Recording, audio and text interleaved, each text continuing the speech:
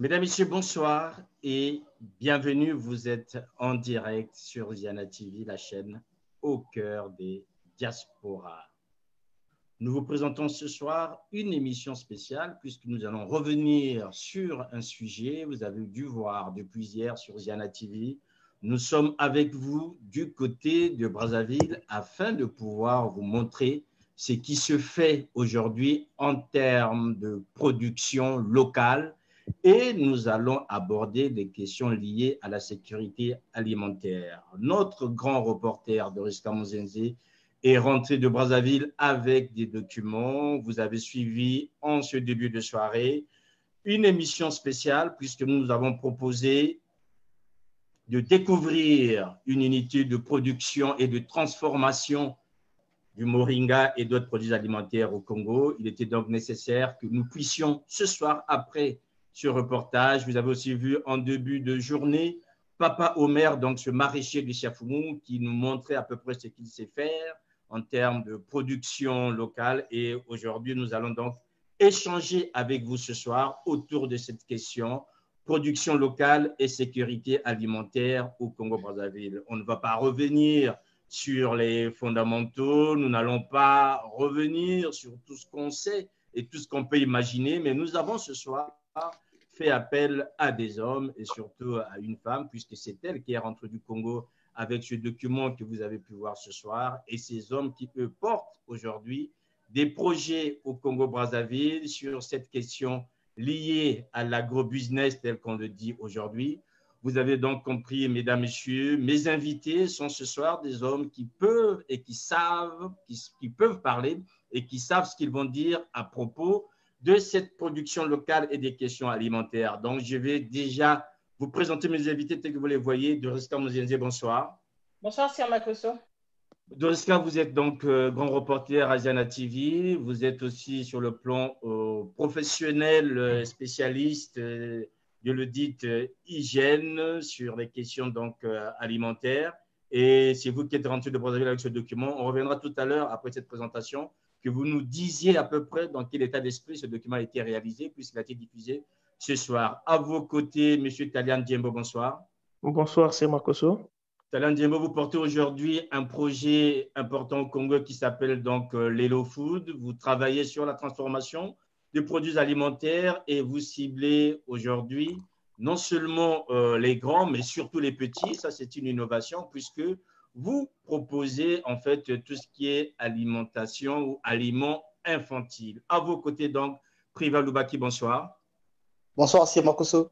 Prival Baki, votre périmètre au Congo passe du côté de Madingokai jusqu'à Owando. Vous traversez donc le Congo de part en part, puisque entre le Kwilu et du côté, je dirais, de la cuvette de Wando, vous exploitez aujourd'hui des hectares importants et vous êtes aussi dans la pisciculture, puisque vous avez des étangs du côté de Nanga qui nous permettent de nourrir des hommes et des femmes, notamment pour avoir un poisson frais et bien sûr de chez nous.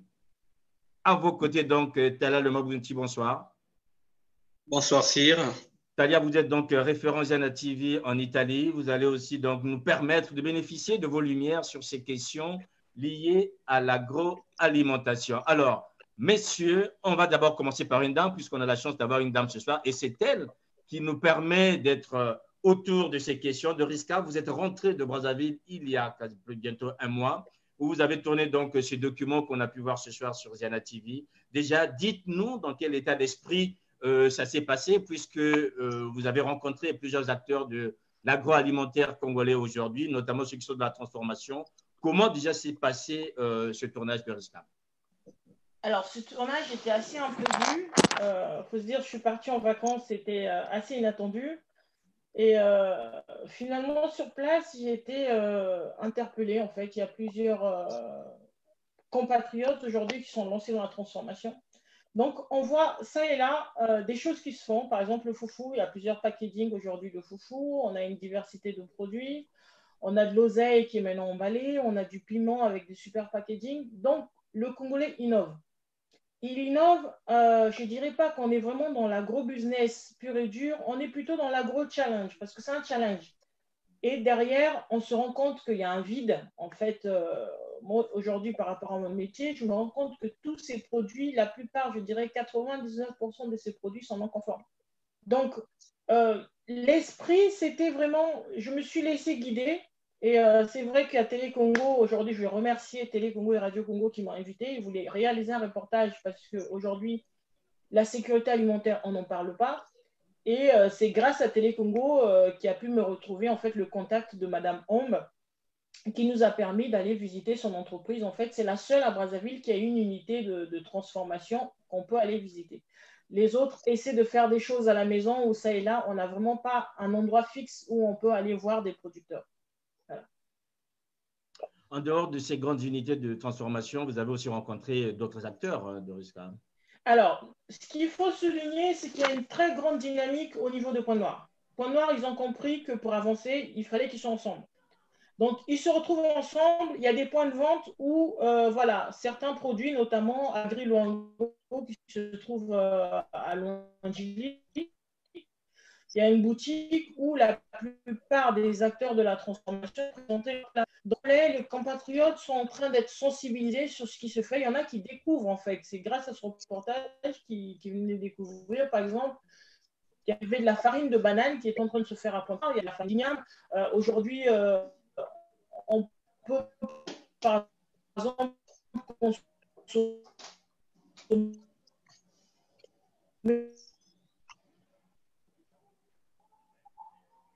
du foufou de Bundi, du foufou de la terroir, parce que voilà, on se rend compte que notre terroir est riche et en parler, c'est une richesse supplémentaire. Donc là, maintenant, on insiste, on le voit notamment sur certains produits qui sont vendus, on n'hésite pas à préciser, par exemple, safou de Bundi ou safou du Quilou. Ça, c'est des mentions qui sont de plus en plus, qui apparaissent de plus en plus. Et voilà, et donc cette force-là de tous ces transformateurs qui se réunissent, qui travaillent ensemble, fait que les choses sont en train de bouger, j'ai presque envie de dire, dans le bon sens. Voilà, les choses bougent dans les deux sens. Merci de Riscan. On reviendrait plus en détail par rapport à cette unité que vous avez visitée, notamment qui nous sert aujourd'hui d'exemple ce soir. Taliane Diembo, aujourd'hui, vous portez vous aussi dans le cadre de cette dynamique de transformation au Congo un projet de l'Hello Food. Est-ce que vous pouvez présenter aux hommes et aux femmes qui nous suivent ce soir pour bien comprendre qu'est-ce que c'est l'Hello Food dans cette dynamique que nous percevons aujourd'hui, qui a bien été décrite par de Riscan Muzenze lors de son séjour au Congo cet été. Oui, Sir Makoso.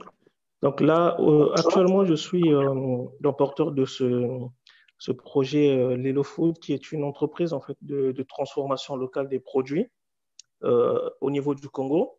Donc nous sommes précisément à Pointe-Noire où nous avons notre unité de transformation. Et ensuite, nos matières premières nous viennent principalement de Nkayi, Kingwala et les environs, donc l'Udima. Et en fait, chez Lelo Food, nous travaillons avec plusieurs gammes de produits, plusieurs sous-marques, si vous voulez.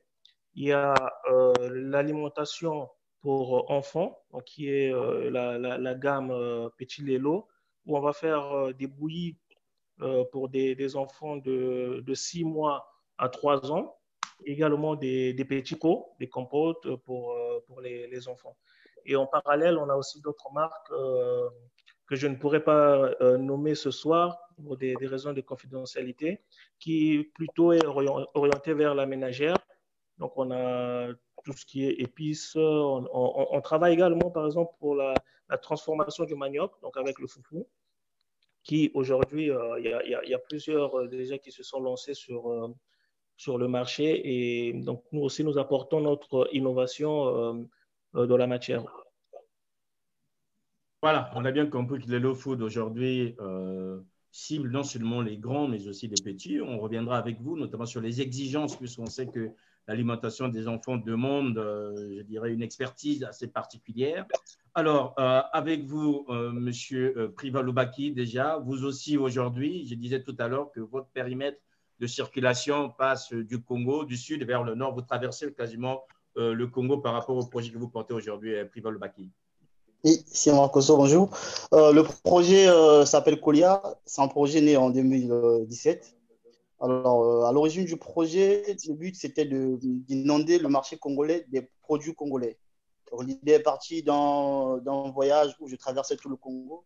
Et le but, c'était qu'à chaque endroit favorable, que je puisse m'acquérir un certain nombre d'hectares. Ce n'est pas difficile, hein. Même si les jeunes ne le font pas, ce n'est pas très difficile à le faire.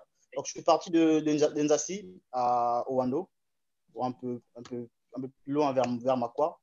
Alors, à Nzassi, donc dans le périmètre de Nzassi, Kayo et Banga, j'ai pris 2 hectares où j'ai monté, j'ai pris 2 hectares où j'ai monté une petite structure agroalimentaire dans laquelle il y a la pisciculture, donc il y a des étangs qui existaient un peu avant déjà, mais on a réaménagé les étangs où nous élevons en ce moment des carpes et des silures. Très, très prochainement, avec des collaborateurs de la RDC du Cameroun, nous allons diversifier nos types de poissons. Pour l'instant, nous ne fournissons pas encore toute la ville de Pointe-Noire parce que la quantité, donc la production n'est pas encore suffisante. Donc, nous espérons d'ici l'année 2020 pouvoir avoir une forte production. Et à l'horizon 2022, nous avons prévu produire environ 16 tonnes de poissons par an. C'est d'après l'étude que nous avons menée avec des spécialistes sur le terrain. Toujours dans la région du Kwilu, donc vers Madingokai, j'ai aussi 2 étangs, précisément à Kanga, entre Madingokai et avant d'arriver à Tizalamou. Il y a 2 étangs qui sont en train d'être montés là-bas, qui ne produisent pas encore. Pour l'instant, nous travaillons avec des jeunes du coin, parce que le projet, c'est de pouvoir éviter l'exode rural, de travailler avec des jeunes du coin qui sont porteurs sur le terrain du projet de Colia au niveau pisciculture. Et la structure que je gère, Colia, est basée principalement à Madingo. Madingo, c'est le fief de cette structure où nous avons 50 hectares que nous avons négocié il y a quelques années déjà avec une collaboratrice. 50 hectares au nord de Madingo, où pour l'instant nous utilisons 12 hectares, nous développons le maïs, 12 hectares du maïs et 8 hectares de maraîchage. Donc, dans le maraîchage, nous avons la tomate, les poivrons, les aubergines, le haricot. Le but, c'est d'éviter l'importation des produits aussi basiques que les tomates, les oignons. Nous développons en ce moment à Madingo et c'est là où est basée la plus forte concentration de nos activités. Et aussi à Owando, précisément à Ombélé, donc pas loin du village de Mwabi, j'ai 2 hectares là-bas où je développe en ce moment une coopérative agricole avec des jeunes du coin qui viennent un peu autour de Owando. Nous avons un palmeraie là-bas que nous prévoyons d'ici 2020-2021 fournir l'huile de palme qui pourra servir à la transformation, à la saponification du savon, à tous les besoins de la ménagère congolaise. En ce moment, l'huile de palme, 80% de l'huile de palme du Congo vient de l'extérieur, soit du Cabinda, de la RDC ou du Cameroun. Donc, le but avec les collaborateurs que j'ai eu à enregistrer au niveau de Wando, c'est de faire en sorte que nous produisions l'huile de palme. C'est vrai, il y a une grande entreprise au Congo là-bas qui produit l'huile de palme Eco-Oil, mais pour l'instant, le produit n'est pas encore beaucoup visible dans tout le territoire congolais et nous avons pensé ajouter un plus à la production locale d'huile de palme. Voilà en gros le complexe agroalimentaire du groupe Colia.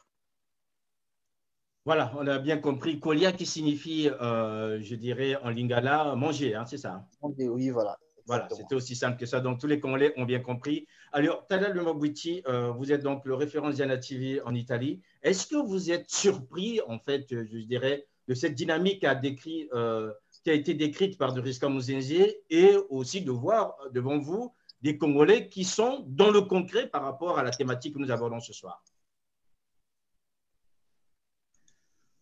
Surpris, pas du tout, parce que je pense que de nos jours, la jeunesse a compris qu'elle doit se prendre en charge et donc les jeunes essaient de bouger, Et donc, je ne peux que saluer ces initiatives qui sont louables, notamment avec l'Hello Food qui pense même à nourrir les enfants congolais des produits fabriqués au Congo. Ce n'est que louable. Et notamment aussi avec Colia qui, me semble, est très avancé déjà. En tout cas, il y a de quoi saluer l'acteur qui a pu en fait étendre son activité du nord au sud.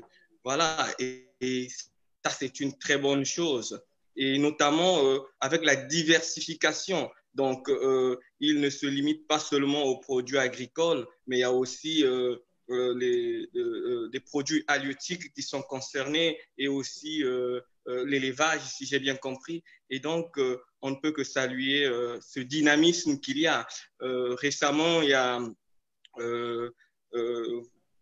celle qui revient de Pointe-Noire, dont le prénom, le prénom s'appelle Doriska. Doriska, voilà, excusez-moi.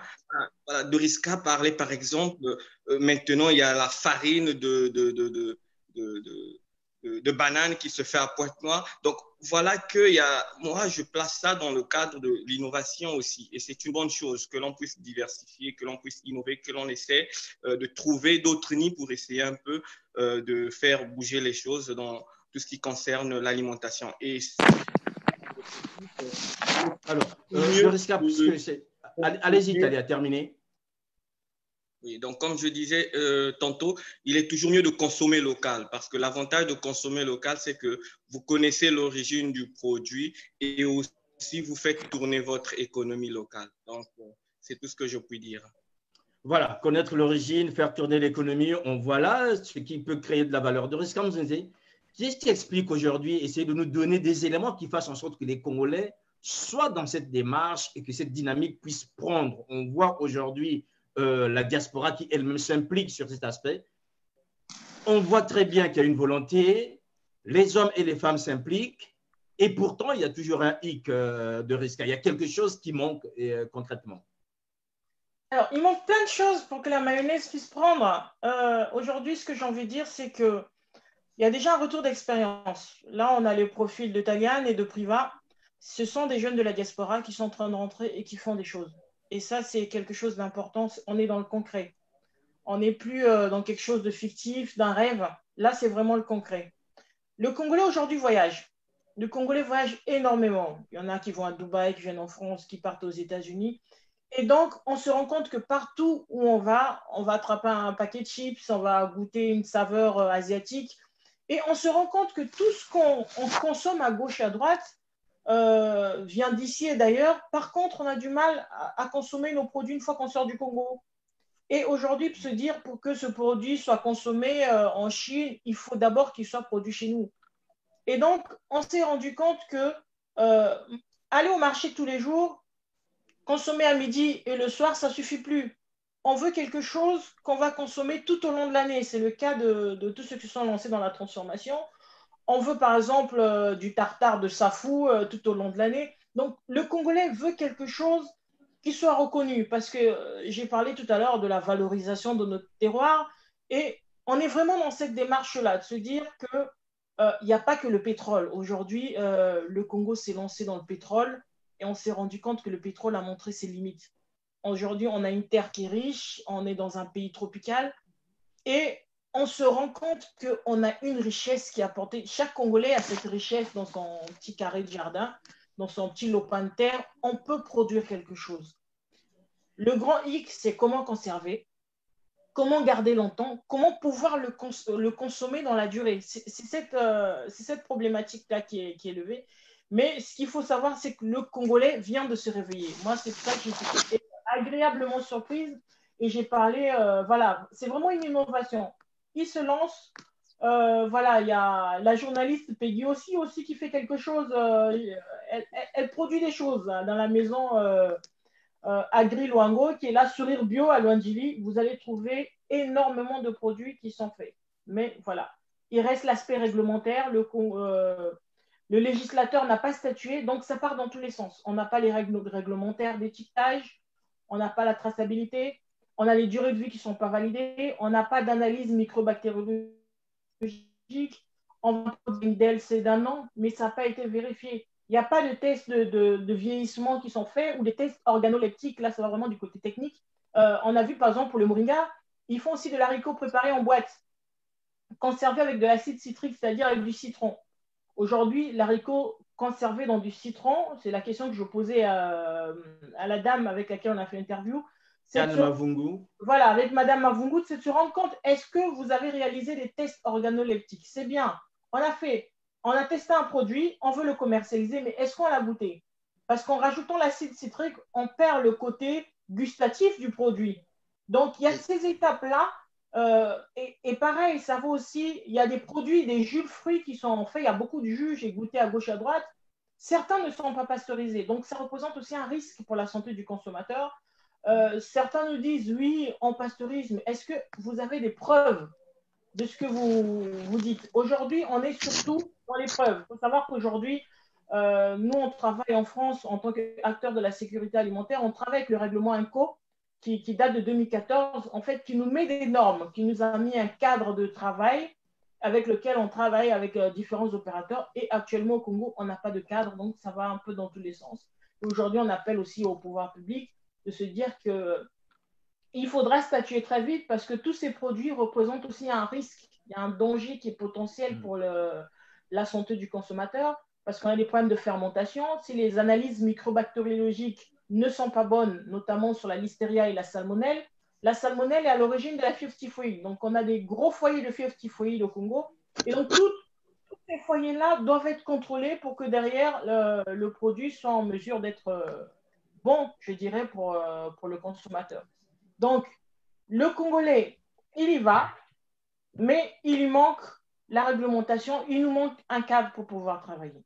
Voilà. Voilà, en entendant le cadre, on veut déjà comprendre, vous qui êtes aujourd'hui sur le terrain, vous qui pratiquez déjà cette production locale et en partie la transformation, comment ça se passe? Dans quel climat travaillez-vous? Est-ce que le cadre légal fait en sorte que vous ne preniez pas un peu plus de risques? Eh bien, vous vous dites aujourd'hui, l'absence de ce cadre vous permet de faire un peu ce que vous estimez faire et qui puisse apporter le bénéfice nécessaire aux consommateurs congolais. Taliane Djembo. Ben, je pense que ce que souligne Doriska est très, très, très important. Aujourd'hui, au Congo, il y a vraiment ce vide-là au niveau d'encadrement. Il n'y a rien qui est cadré au niveau du Congo. Donc, ce qui fait que les producteurs ou les acteurs de la transformation actuellement, bon, chacun y va un peu dans son sens. Il n'y a pas très longtemps, donc il y a un mois, j'étais au pays. Et à mon retour, en fait, ce que je fais partie aussi d'une structure, en fait, des entrepreneurs congolais qu'on appelle Union.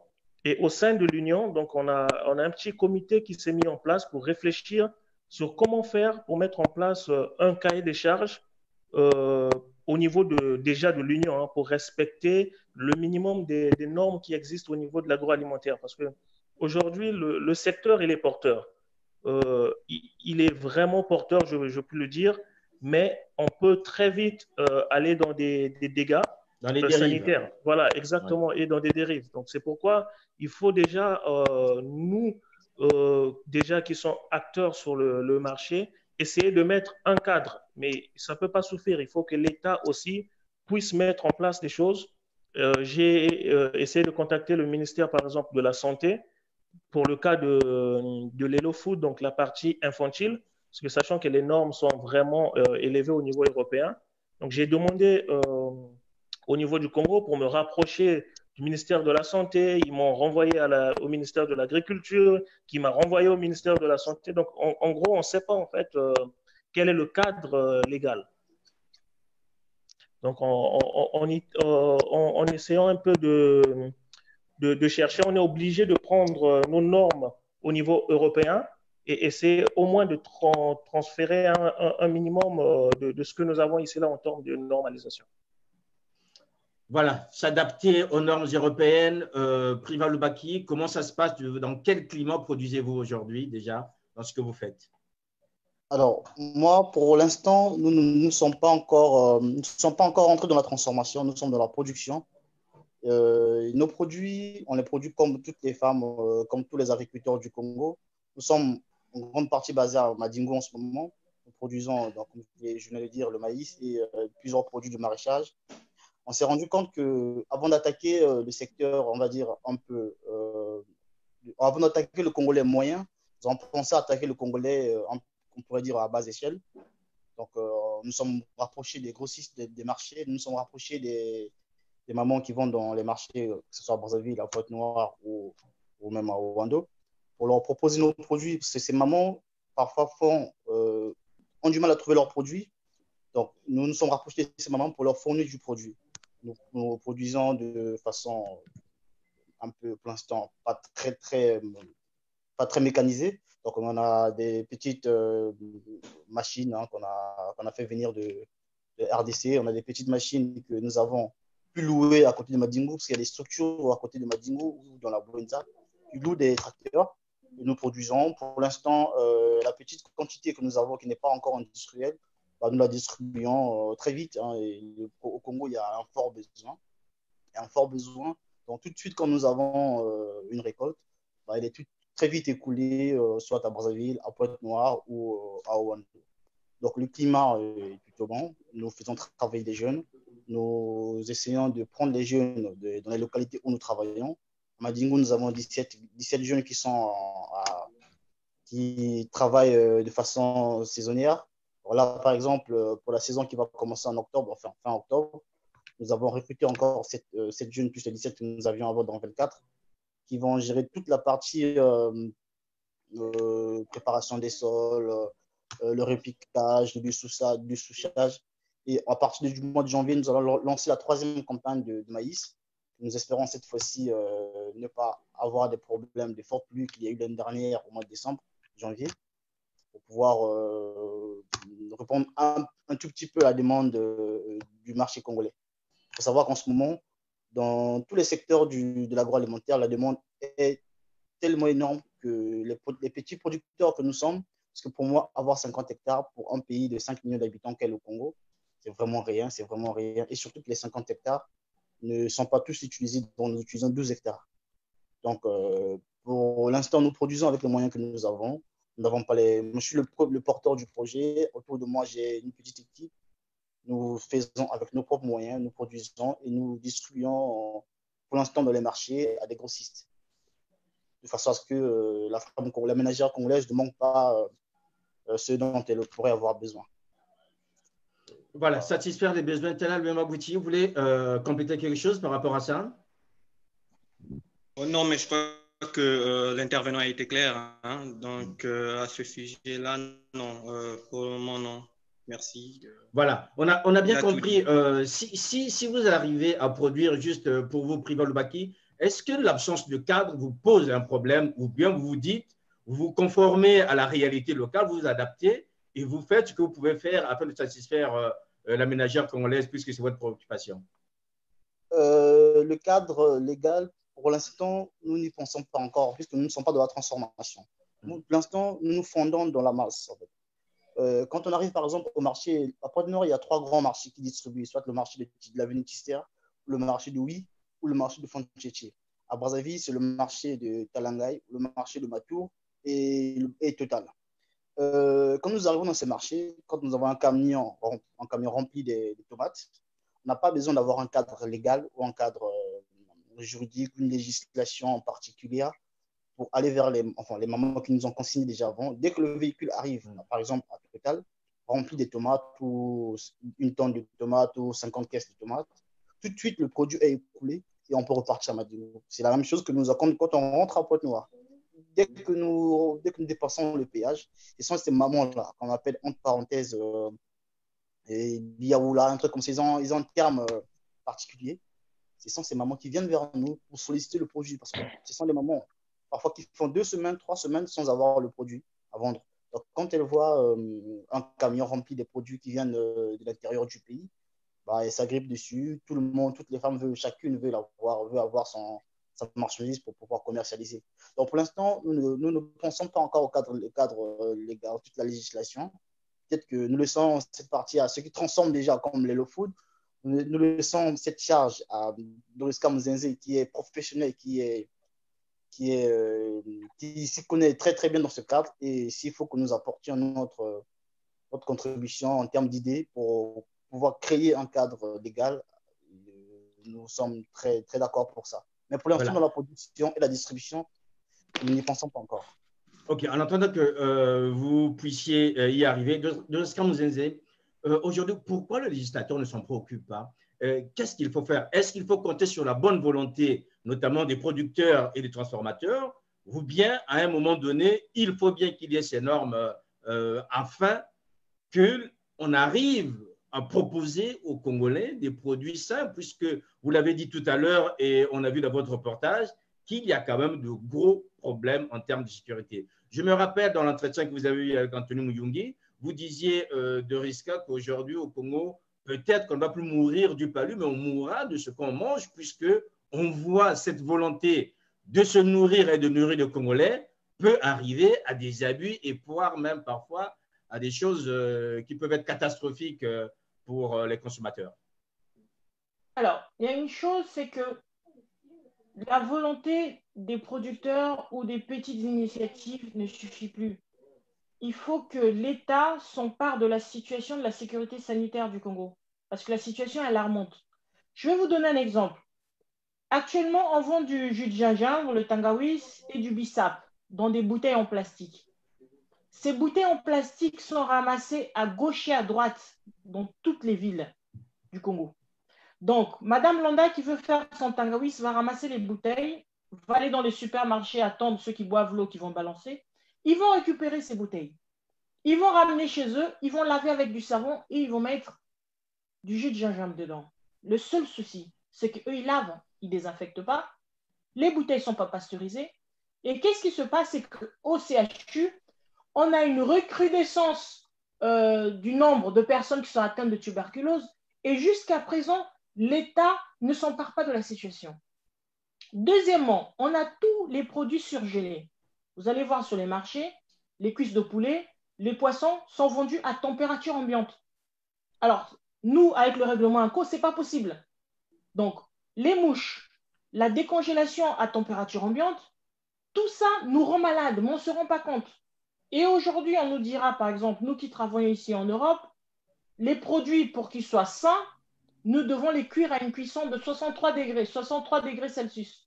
Le seul souci, Maman Landa qui travaille qui fait sa cuisine au charbon, est-ce qu'elle sait que sa température de cuisson n'a pas atteint les 63 degrés? Donc, ce qu'elle mange déjà n'est pas propre à être consommé. Et aujourd'hui, les services d'hygiène au Congo, les seules choses qu'ils font, c'est vérifier les périmés, vérifier les produits avariés qui traînent dans les chambres froides à gauche à droite, c'est les seules choses qu'ils contrôlent. Ils ne contrôlent pas la traçabilité. On ne contrôle pas les ruptures de chaîne de froid.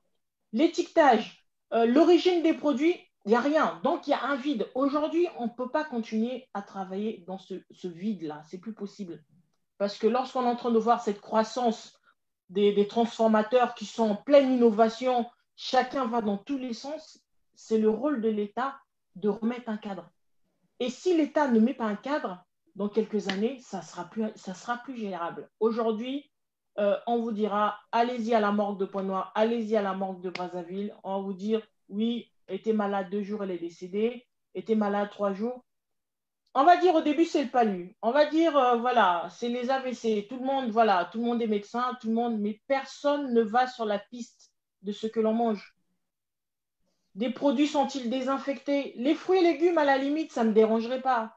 Mais les produits frais, la viande de chasse, tout ce qui traîne aujourd'hui sur les étals de marché n'est pas contrôlé. Il n'y a aucune réglementation. Et aujourd'hui, c'est le rôle de l'État de se charger de ça. Ce n'est pas nous, les petites initiatives, ce n'est pas les producteurs qui vont proposer un cadre. Talin, il l'a bien dit, pour le cas de transformation des produits pour enfants, le ministère de la Santé se renvoie la balle entre ces deux ministères, le ministère de la Santé et l'Agriculture. À un moment donné, nous, on est de bonne foi, on passe le message en disant que s'il y a un défaut d'information, nous sommes en mesure d'apporter cette information.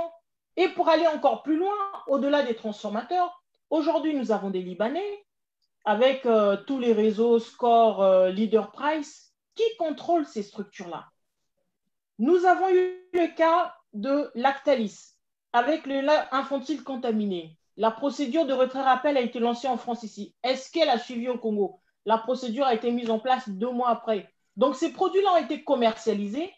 Les bébés congolais ont consommé du lait contaminé. Qui sait si certains sont sortis, si certains sont tombés malades ou si certains sont décédés? Donc, à un moment donné, il faut que l'État, j'ai presque envie de dire, qui viennent puiser dans la diaspora. Il y a des compétences, il y a des réelles expertises. Il faut qu'on demande de l'aide s'ils n'y arrivent pas, qu'on ne peut plus continuer comme ça. Et aujourd'hui, le Congo est à un stade de son développement où il y a des très bonnes initiatives. Et ces bonnes initiatives, il faut les encourager. Mais pour les encourager, il faut que l'État pose l'ossature pour que nous puissions travailler. Parce que nous, on vient au Congo, on travaille avec les normes européennes. Donc, quelque part, c'est erroné. Le Congo, aujourd'hui, fait partie de l'Union africaine. Quelles sont les normes en termes d'hygiène alimentaire, de sécurité alimentaire qui sont posées? J'aimerais bien savoir dans ces forums de quoi l'on discute. Aujourd'hui, c'est bien beau. Je vais donner le cas de Priva. Priva va produire, c'est très bien. Il va produire et nous, on va se retrouver de l'autre côté, on va transformer. On va transformer, comment on va conserver? Voilà. Quels sont les mécanismes qui vont nous mettre aujourd'hui se dire, voilà, moi, je vais conserver, je vais me faire une chaîne de froid, je vais créer une chaîne de chaud, je vais déshydrater. Mais la loi, au niveau de la réglementation, qu'est-ce qu'ils vont me demander en retour pour que ces produits soient commercialisés? On l'a vu dans le documentaire, dans le cas de Madame Ambre, elle nous a dit clairement, elle a vu les structures qui étaient sur place, je crois que c'est Leader Price, les structures qui sont là de distribution. Ils lui ont tout simplement dit que c'est très bien, mais que ces produits ne pouvaient pas être commercialisés parce qu'elles n'avaient pas de service qualité, par exemple.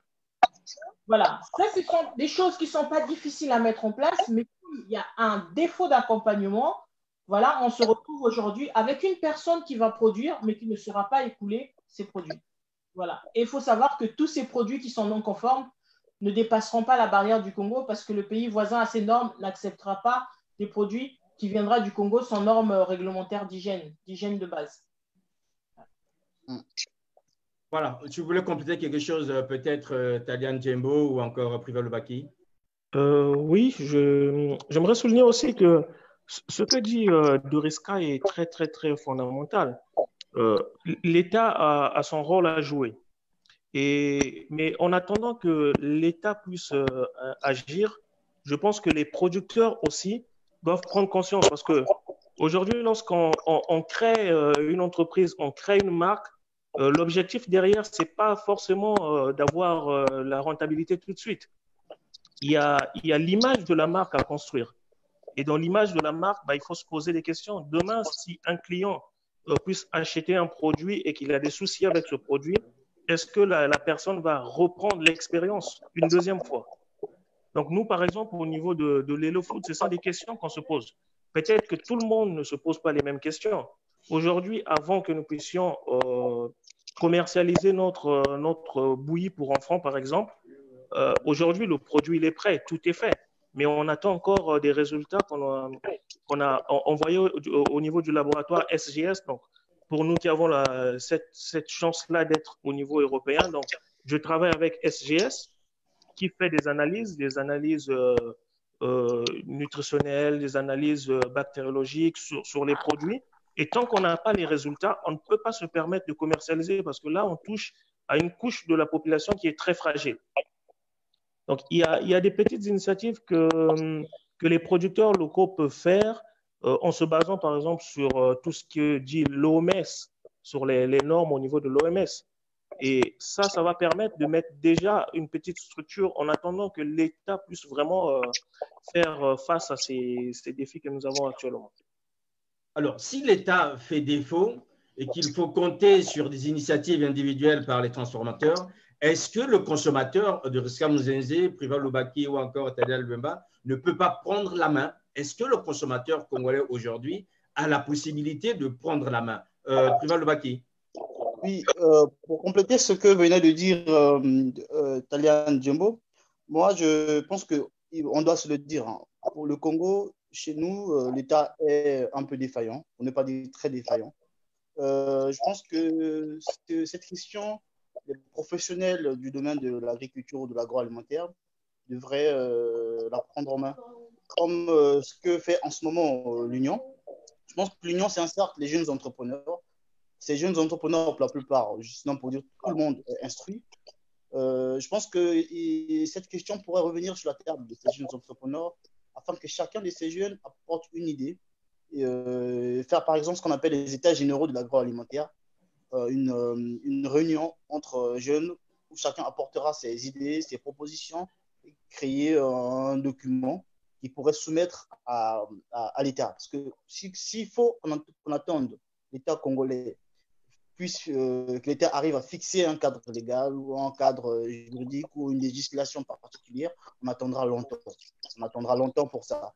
Donc, on proposerait que les jeunes Congolais, des structures comme l'Union, qu'ils puissent mettre en place des règles qu'ils vont proposer à l'État et ça reviendra à l'État de valider. Ici en France, par exemple, il y a plusieurs structures agricoles, par exemple une association d'agriculteurs de Bretagne ou de Bourgogne ou de la Lorraine, peuvent apporter des lois, peuvent proposer des lois à l'État.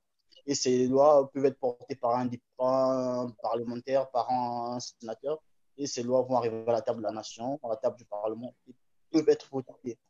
Il y a aussi, pour compléter, pour revenir sur ce qu'a dit Doris Kamuzeze tout à l'heure, en parlant de la législation. Je ne sais pas si au Congo, il y a ce qu'on appelle l'AME, donc l'autorisation de mise sur le marché, ou l'autorisation de mise en exploitation. Est-ce que ces producteurs-là, quand ils finissent de produire leur confiture de papaye ou leur compote de safou ou une confiture de mangue, est-ce que ces producteurs ont une autorisation de mise sur le marché? Est-ce qu'ils se réveillent un matin en Goyo ou ils se réveillent un matin à Kisundi, il fait sa compote et il va à Total les vendre? Et ils ont cette autorisation. Est-ce qu'ils ont cette autorisation du service d'hygiène de pouvoir vendre? Est-ce que ces producteurs ont l'autorisation des services compétents pour pouvoir mettre sur le marché leurs produits? Et ça, on ne sait pas. Peut-être que Doris pourra nous apporter des éclaircissements sur ces sujets. Voilà. Nous, quant à nous qui sommes des producteurs un peu derrière les transformateurs, on pourra apporter ce qu'il faudra au moment venu.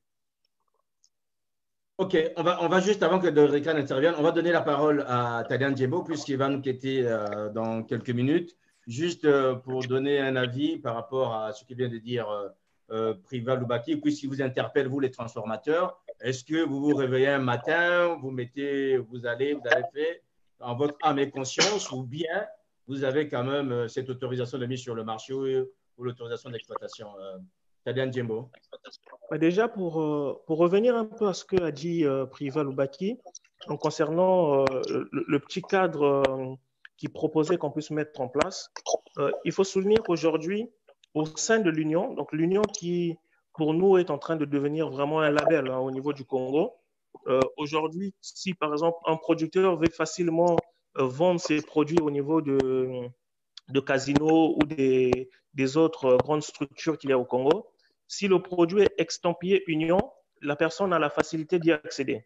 Et pour avoir cet accès-là aujourd'hui, exactement, donc c'est un label qu'on a mis en place.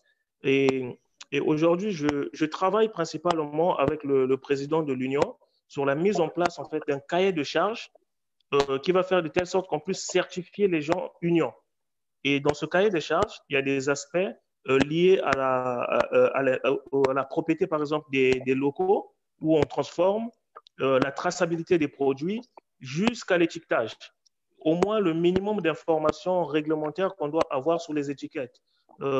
Admettons par exemple la composition du produit, la DLC, date limite de consommation, le minimum d'informations légales à avoir sur les produits et aussi sur la traçabilité de l'eau.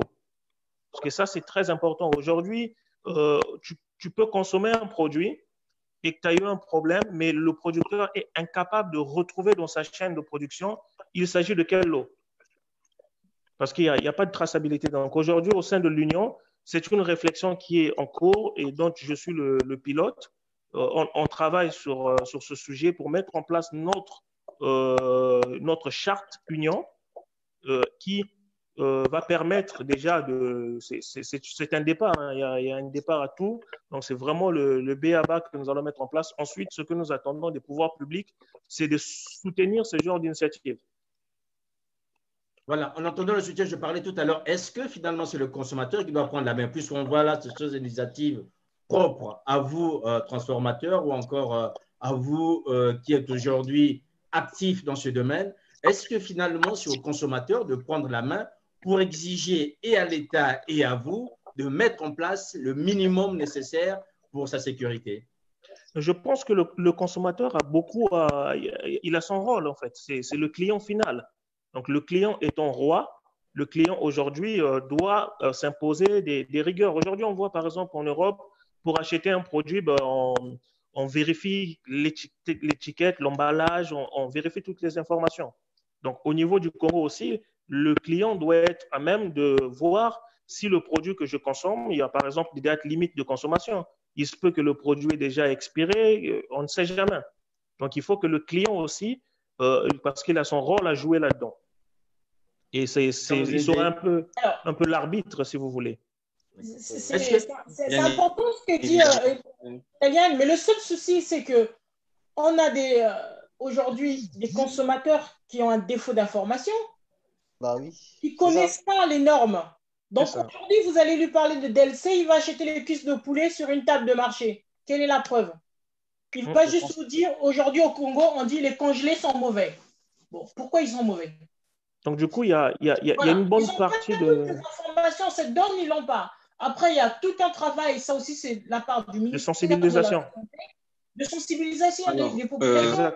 Voilà, aujourd'hui, le poulet sur le marché, à la limite, à acheter en boucherie, c'est sûr qu'il y aura un coût. Ou aujourd'hui, moi, je me bats dans les quartiers avec les mamans qui font des beignets, d'essayer de mettre des caisses pour protéger, parce que les beignets, à un moment donné, ça va traîner là à l'air libre avec la poussière. C'est toutes ces informations-là que le consommateur n'a pas. J'ai presque envie de dire, le consommateur, il ne sait même pas où est-ce qu'il va. Voilà. Aujourd'hui, pour mieux vivre au Congo, j'ai presque envie de dire, on va consommer les produits du terroir. Ce qui sort de la terre, à la limite, c'est ça qui est sain. Mais en dehors de tout ça, personne ne sait ce qui se passe. Et on le voit, les boucheries aujourd'hui au Congo, c'est des boucheries qui commercialisent des produits congelés. Donc, quand tu vas acheter de la viande au Congo, tu vas dans une boucherie, on va te sortir un bloc de viande, ils vont passer un grand coup de couteau et on va te donner ton morceau de glace. Mais sauf que tu n'as aucun moyen de vérifier une date de quand, ce bout de viande. Tu ne sais même pas d'où il vient. On t'a juste dit bœuf, je ne sais pas, des toumbis, mais est-ce qu'il vient réellement des toumbis? Depuis quand il est dans le congélateur? Donc, il y a le travail des pouvoirs publics puisqu'il faut de pouvoir surveiller tout ça, parce qu'à un moment donné, le pauvre consommateur, il est lésé. Il est lésé. Il n'a aucun moyen pour pouvoir vérifier tout ça. Il faut savoir qu'aujourd'hui, avec la crise qui est là, une ménagère qui a 3 000 francs ou 5 000 francs pour faire des courses, elle ne va pas avoir la DLC ou la traçabilité. Elle a juste besoin d'un produit à consommer. Exactement. Et aujourd'hui, ce cadre-là, il va venir très probablement des transformateurs, des profils comme les Taïan, les Privas. Nous sommes devenus des lanceurs d'alerte parce que nous sommes en mesure de dire que ce produit-là n'est pas bon pour la santé. Et nous avons des acteurs qui travaillent dans les hôpitaux qui vont vérifier ce qui se passe réellement. Que nous, si on lance l'alerte aujourd'hui, l'alerte sanitaire sur les cuisses de poulet qui sont commercialisées à Total parce qu'on a un risque de salmonelle, ils vont se rendre compte qu'il y a un pourcentage de personnes atteintes de la typhoïde qui va augmenter. Donc, c'est un travail à faire conjointement de tous ces ministères, que ce soit de la santé, de l'agriculture ou du commerce. Il faut qu'on s'assoie sur une table et convoquer des états généraux de la sécurité alimentaire. Il serait temps. Exactement. Vous voulez dire quelque chose? Oui. Je pense que la proposition... Je laisse Talia parler. D'accord, merci Priva. Non, je voulais dire que la proposition que fait Doris est une très bonne proposition parce qu'effectivement, il faut que tous ces ministères-là se fédèrent et s'asseyent sur une même table pour après créer des conditions juridiques qui feront que, à la fois, les producteurs et les transformateurs, sans oublier les consommateurs, puissent, disons, évoluer dans un marché, on va dire, entre guillemets, sain. Alors, effectivement, puisqu'on a constaté un vide juridique, ce vide ne peut pas persister. Mais les consommateurs aussi ont bel et bien un rôle à jouer, puisqu'ils sont lésés. Et ils peuvent s'organiser en association de consommateurs. Ici, par exemple, en Europe, on le voit. Donc, c'est aussi très important de pouvoir sensibiliser le consommateur congolais qu'il a le droit de contrôler ce qu'il consomme et il a le droit aussi de demander des comptes sur à la fois chez les producteurs et chez les transformateurs. Alors, je voudrais aussi rebondir sur quelque chose. Je pense que les normes ne concernent pas seulement les transformateurs. Les normes concernent aussi les producteurs, de la simple raison qu'on doit savoir dans quelles conditions sont produits ces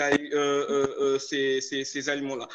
Même si ce sont, je ne sais pas, à l'état primaire, mais on peut chercher à comprendre dans quel type de sol, quels sont le type de, disons, des pesticides qui sont utilisés, dans quelles conditions sont produits en fait ces produits-là. Et donc, du coup, le contrôle, ça part du bas de l'échelle jusqu'en haut de l'échelle. Donc, ça concerne tout le monde. Ça concerne à la fois ceux qui produisent, ceux qui transforment et même ceux qui emportent, disons, la chaîne de logistique qui conduit en fait le produit jusqu'à sur les tables de nos mamans au marché et tout comme ça.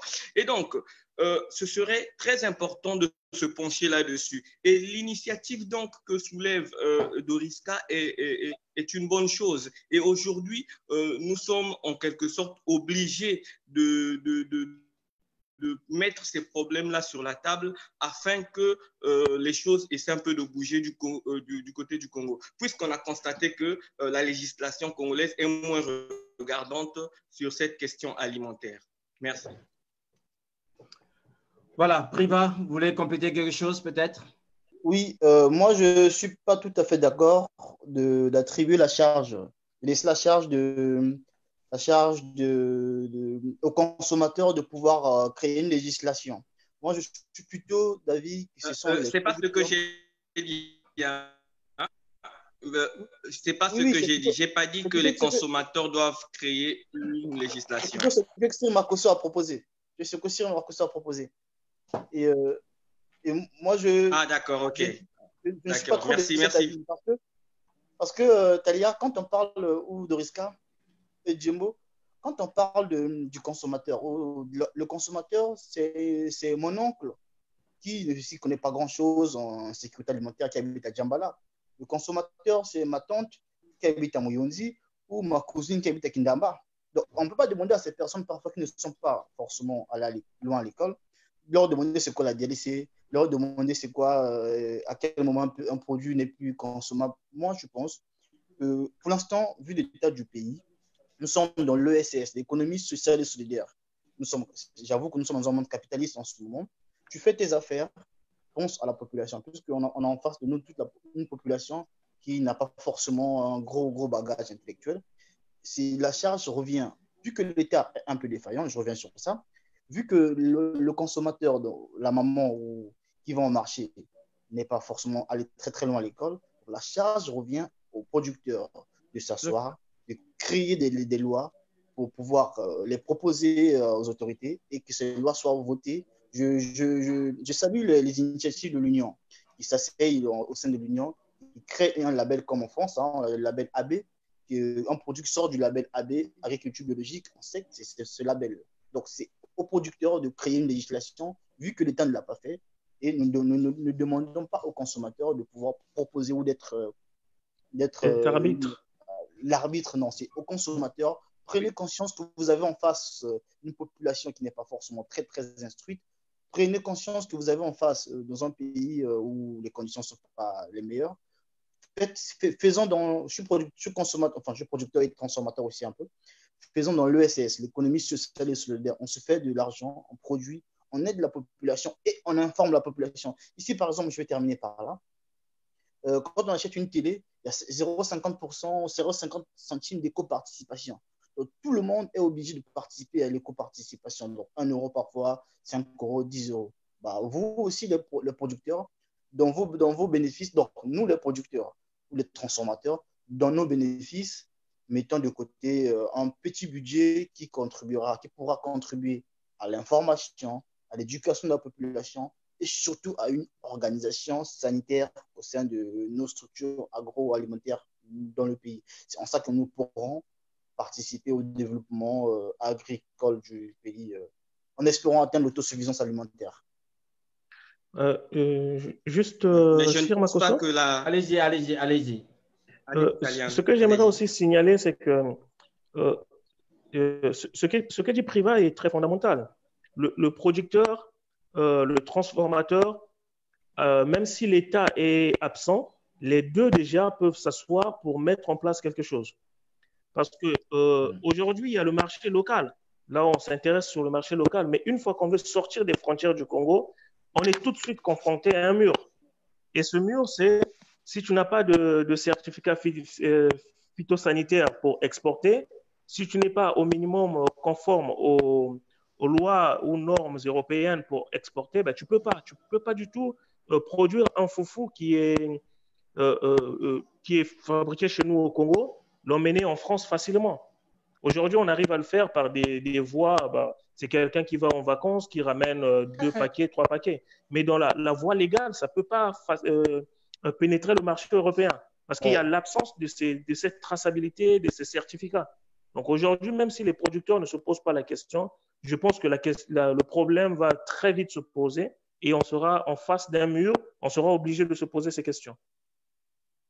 Voilà, oui, je suis d'accord. Moi, je pense, j'espère que dans moins d'1 an, Dorska Moussene sera à la tête d'un projet des États généraux. Parce que à cette allure que vont les choses, là, moi, ce matin, j'ai découvert sur le site de Sourire Bio à Luandjili où j'ai été. Moi, j'ai pris des produits à Sourire Bio. J'ai découvert plusieurs produits que je ne connaissais pas, des chips, des confitures. Le Mbouata. Le Mbouata, voilà. Est-ce que ces produits répondent à une norme qualité ou une norme de production? C'est quoi le procédé? C'est quoi les normes HSE qui ont été appliquées sur ces produits? En gros, il n'y a pas cette traçabilité, il n'y a pas cette réglementation. Il n'y a aucune traçabilité. C'est vraiment Monsieur Londa, Madame Londa qui va faire sa confiture, qui va mettre en pot et qui va vendre. Il n'y a pas une autorisation de mise sur le marché donnée par… Voilà, c'est là où… Et c'est dommage parce que Sostem était très attendu. Sostem, c'est celui qui gère le Sourire Bio à Luandjili. Il était attendu ce soir. Malheureusement, il n'est pas là. Il aurait pu nous répondre à pas mal de ces questions. Se dire aujourd'hui, voilà. Lui, si à ce moment un produit, par exemple, j'ai vu des chips, sur le packaging, on a mis des agrafes. Les agrafes, c'est maintenant interdit. Les produits qui sont commercialisés, un produit qui doit être consommé, on ne peut plus mettre d'agrafes dessus. C'est interdit. Parce qu'il y a le risque aujourd'hui de déchirure dans la trachée. Voilà, il y a des risques qui ont été avérés. Et puis, on appelle ça des corps étrangers. Il y a tous ces produits dont on a parlé, l'absence de pasteurisation. On va mettre un produit sous vide avec une feuille de manioc. Alors, est-ce que cette feuille de manioc, on ne connaît pas le process de désinfection? Donc, les gens innovent des choses, on fait des choses sans contrôle derrière. Et d'ici 3-4 ans, je pense que tous ces transformateurs vont se retourner vers l'État en disant, voilà, nous sommes bloqués, on ne peut plus avancer, ça c'est votre job. Il faut que vous mettiez un cadre pour qu'on puisse avancer. Voilà. Mais je salue tout de même… Puis, tout à l'heure, parler de… L'initiative est très bonne, notamment parce qu'on est vraiment dans l'innovation. C'est ça qui est super. Le Congolais est en train d'innover. Et il y a des abus. Par exemple, on voit tout ce qui est appellation bio. Maintenant, tout ce que les Congolais font devient bio. Il faut savoir que tout ce qui est bio doit répondre à un cahier de charge. Aujourd'hui, à Pointe-Noire, nous, on vit à Siafoumou, près de la torchère, la raffinerie. Donc, la maman qui va commercialiser, qui va produire là, qui va cultiver, par principe, ces produits ne sont pas bio parce qu'on a des résidus pétroliers partout dans l'air. Et on n'a qu'une preuve. Et le pire, c'est qu'ils sont en train d'utiliser le logo AB qu'ils sont en train de mettre sur les produits. Donc là aussi, c'est une aberration. Ils cherchent des trucs, on est en train de rajouter, alors que là aussi, on pouvait créer une structure de certification, d'accompagnement des producteurs pour labelliser, créer un label en fait, un label bio, en disant voilà, ça c'est Made in Congo, c'est un produit du terroir, c'est bio, on a contrôlé. Derrière, on n'a pas, par exemple, des résidus pesticides, on n'a pas des résidus X, Y dans ce produit-là. C'est un produit qui est conforme. Et ça, aujourd'hui, on n'est pas en mesure de le prouver. Oui, c'est vrai. C'est vrai. Il y a une Voilà, grande part de mesdames, messieurs, responsabilité. vous êtes bien sûr en direct sur Ziana TV. Vous suivez donc ce live spécial où nous abordons les questions de sécurité alimentaire au Congo-Brazzaville. On a déjà quelques réactions en ligne, si vous permettez, comme ça permet très bien comprendre. Alexis Passy qui dit, y a-t-il une politique d'accompagnement dans cette filière en termes d'allègement de taxes douanières permettant à ceux qui font de la transformation d'acquérir des équipements conformes? À vous. Est-ce que quelqu'un aurait une réponse par rapport à ça?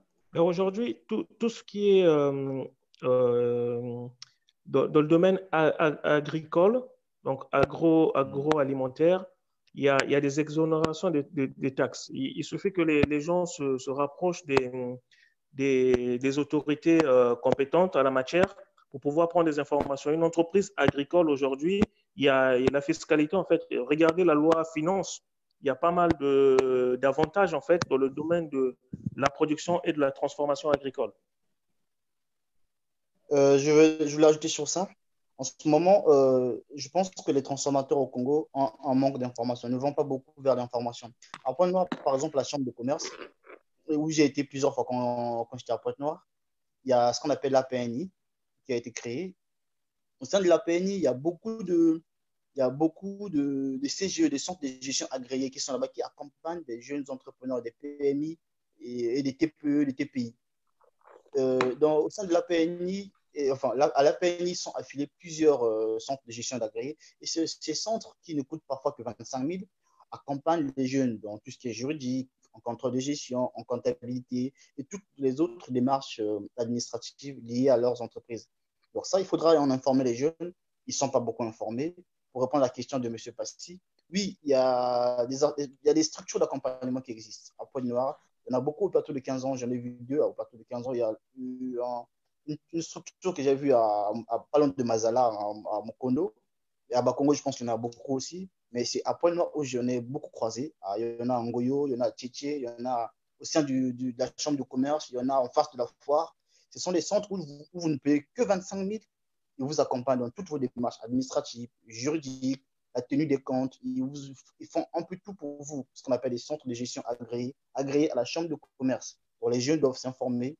Oui, il y a des petites structures comme ça qui accompagnent les jeunes juridiquement et administrativement. Ce qui manque, je pense, c'est l'accompagnement technique.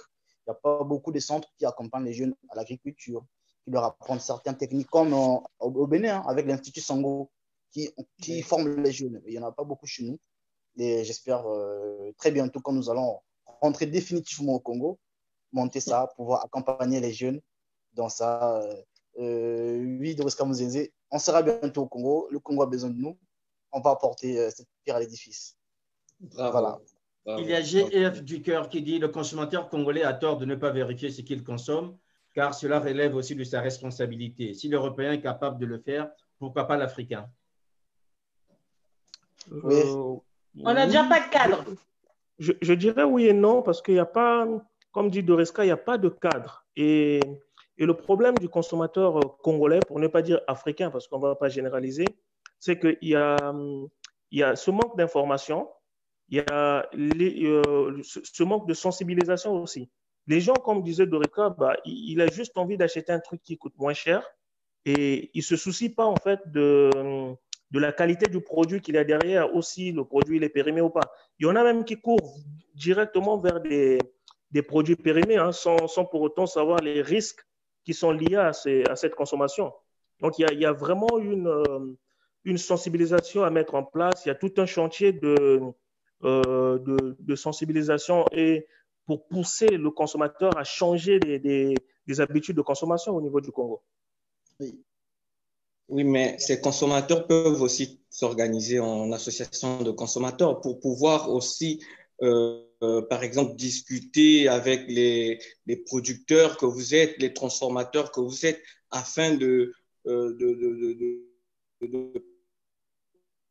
participer bien évidemment à la mise en place de ce type. Parce que je pense qu'on ne peut pas mettre un cadre juridique sans avoir l'avis des consommateurs. À mon avis, il faut l'avis de tout le monde, à la fois des producteurs, des consommateurs, des transformateurs et aussi l'avis de l'État à travers le ministère du Commerce, le ministère de la Santé et le ministère de l'Agriculture. Et c'est ce que Doriska disait un peu plus tôt. Attention aux consommateurs, parce que quand vous parlez de consommateurs, j'ai l'impression de parler du consommateur européen. Le consommateur congolais n'a pas ces informations. Aujourd'hui, le poisson fumé, il est vendu au marché avec plein de verre dedans. On va vous dire ça fait partie du produit. Mais on a vu ici à Roissy, il y a plein de nos compatriotes qui viennent du Congo avec des poissons pleins de verre qu'on bloque, des poissons fumés, qu'on détruit dès Roissy. Et sachant que nous, dans notre culture, on se dit que c'est bien, ça fait partie du produit. Donc déjà, à la base, ces informations, ils ne les ont pas. Aujourd'hui, il faut réussir, avant de pouvoir mettre un cadre, de sensibiliser les gens. Voilà, c'est ça. Voilà. Et je pense que c'est là très important. Qu'ils prennent conscience que ce qu'ils sont en train de manger a un impact réel sur la santé. Et ensuite, on pourra peut-être prétendre à une association de consommateurs parce que là, ils vont savoir de quoi ils vont parler. Moi, je vais aller au village, je vais parler à une maman numéro de l'eau. Ça ne veut rien dire pour elle. Elle, c'est vendre son manioc, manger son poisson salé, c'est terminé. Mais aujourd'hui, nous, consommateurs qui venons, qui nous baladons à gauche et à droite à travers le monde, la première des choses, moi, quand j'achète un produit, je retourne. Je regarde la liste des ingrédients, je regarde la DLC, le numéro de l'eau. Et pire encore, aujourd'hui, j'ai envie de dire, l'État congolais en train d'ouvrir les vannes qui vont dans tous les sens. Aujourd'hui, on a vu, par exemple, il y a des cantines scolaires qui sont en train de se mettre en place. Moi, j'étais choquée il y a quelques mois. Ils ont lancé, le Congo a reçu un don de je ne sais pas combien de boîtes de conserves qui venaient en provenance de la Corée. Alors, j'étais la première à avoir haussé le ton en disant, on va ramener des boîtes qui viennent de Corée. L'étiquetage, il doit être écrit en coréen. Donc, le petit gamin qui se trouve à Mouyondi va manger une boîte de conserve qui vient de Corée dont tu ne connais pas le contenu. Donc, je ne sais pas si on est en train de se rendre compte qu'on va exiger des choses de l'État. L'État lui-même n'a pas les moyens de mettre ces choses en place. Donc, vraiment, il y a un méli-mélo. Je pense qu'il faut que ça vienne des pouvoirs publics qui puissent prendre conscience et que cette conscience puisse, comme une nuée d'onde, une vague d'onde puisse se reproduire dans la population pour que les gens puissent prendre conscience. Aujourd'hui, la sensibilisation en France, ça part du ministère de la Santé, les alertes sanitaires de l'agriculture. Et derrière, nous, en tant que consommateurs, on a pas JT, tiens, il y a un risque sanitaire sur tel produit. Mais avant de se constituer en association de consommateurs, c'est que l'État en amont a fait son job. Et c'est ce qui nous manque aujourd'hui au Congo, l'État et les missionnaires. Voilà, on va juste donc libérer Taliane Ndiembo, donc, qui va nous quitter, qui a deux obligations. Encore merci Taliane d'avoir participé. Nous espérons que l'Elo Food permettra d'ici là de nourrir les lomoquets pour les petits-enfants ou les petits lélos. Exactement, oui. C'est notre ambition de nourrir tous les petits lélos du Congo et d'Afrique. C'est une ambition que nous partageons et que nous pourrons accompagner. Encore merci d'avoir été là ce soir et nous espérons vous retrouver quand le besoin se fera sentir et nous dire exactement où vous en êtes avec l'Elo Food aujourd'hui. Merci à vous, merci à tout le monde. Bientôt, au revoir, merci. Au revoir. Allez, à bientôt.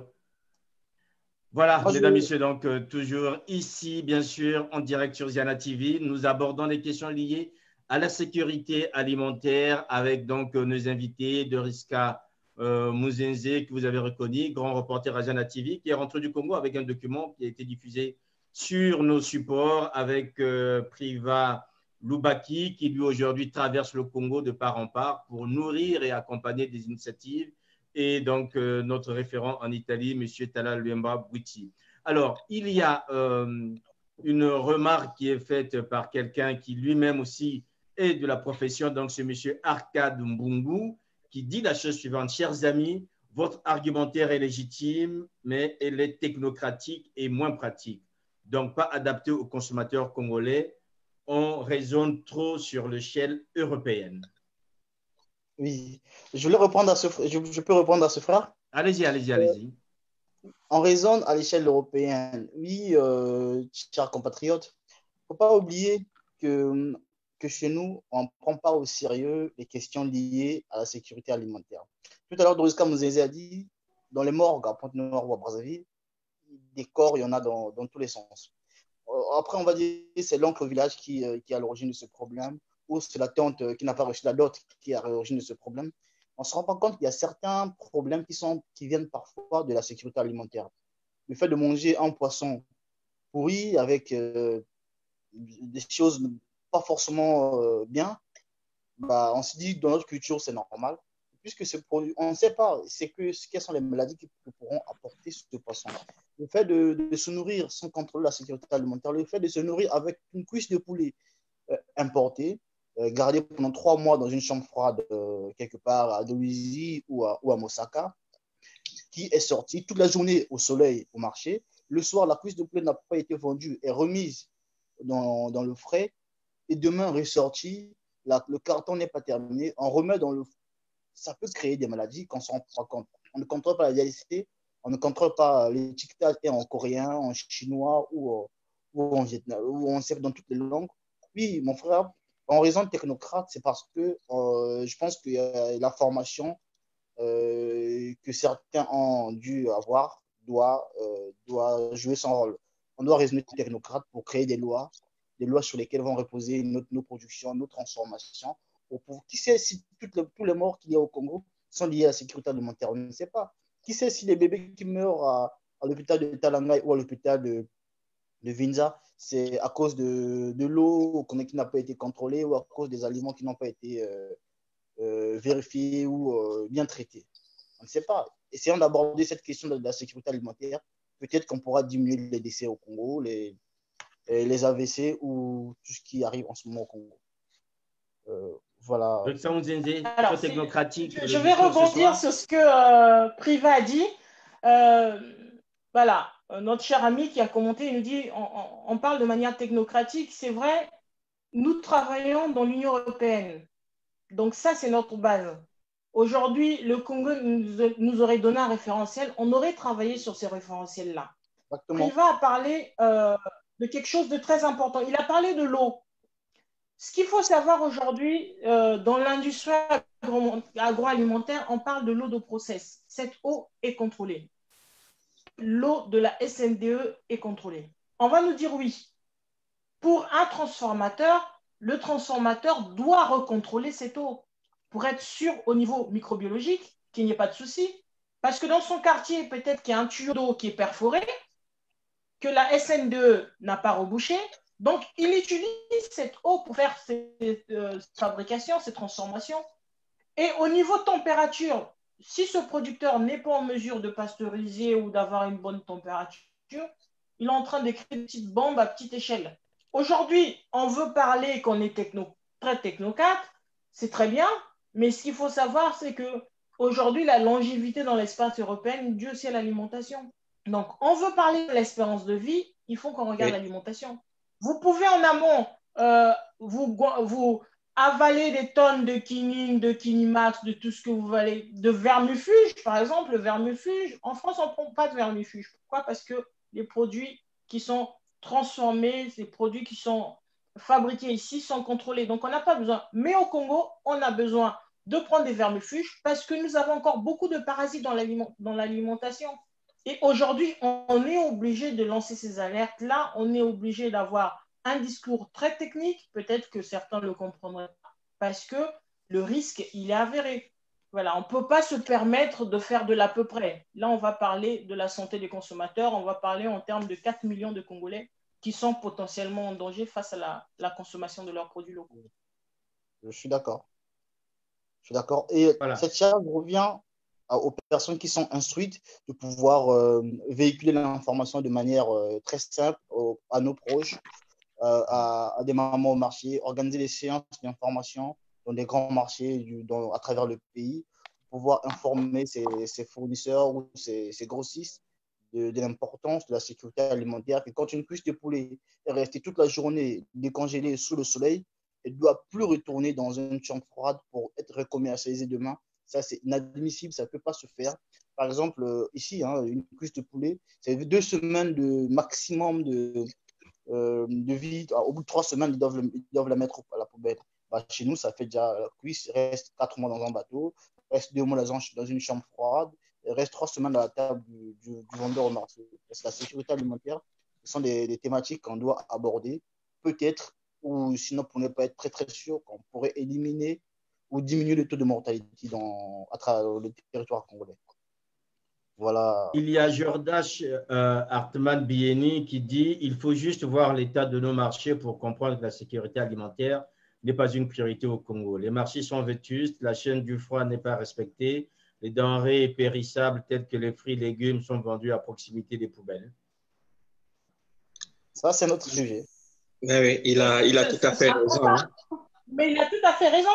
Et je pense qu'on veut dire aujourd'hui, c'est que l'État, en construisant les marchés, ils n'ont pas pris en compte toutes ces mesures-là. Leur souci, c'était de mettre des tables horizontales, de pouvoir mettre des numéros où chaque personne viendra déposer ses étals.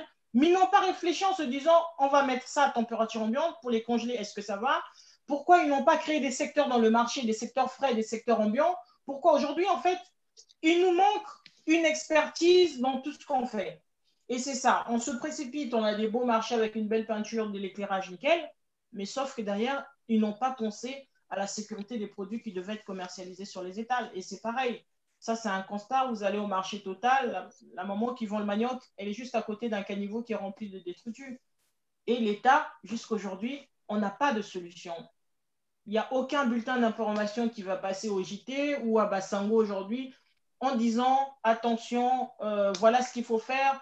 Et pareil, les poubelles à Verda, c'est son job aussi, de venir, c'est bien récupérer les ordures, mais aussi passer le message de sensibilisation. Ça fait partie de l'hygiène de la sécurité alimentaire. Aujourd'hui en France, vous verrez dans les sites de transformation, il y a une partie pour tout ce qui est suif, débris, tout ce qui est à recycler, les produits d'origine biologique, il y a tout ce travail-là à faire. Et d'un côté, il y a la production industrielle des produits qui doivent être consommés.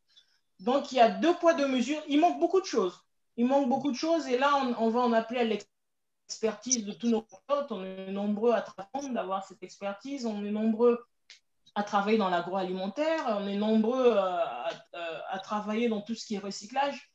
Et il est temps, comme j'ai dit tout à l'heure, de convoquer des assises, d'appeler tous ces experts, tous ces compatriotes qui ont cette parole, qui comptent cette parole, qui pèse, qui peuvent aujourd'hui accompagner l'État, parce que l'État, je pense, n'a plus les yeux assez ouverts pour comprendre ce qui se passe. Il voit des choses, oui, mais sauf qu'il y a 2 Congos, il y a le Congo d'en haut et le Congo d'en bas, et c'est le Congo d'en bas qui est en train de souffrir, il faudra apporter une solution.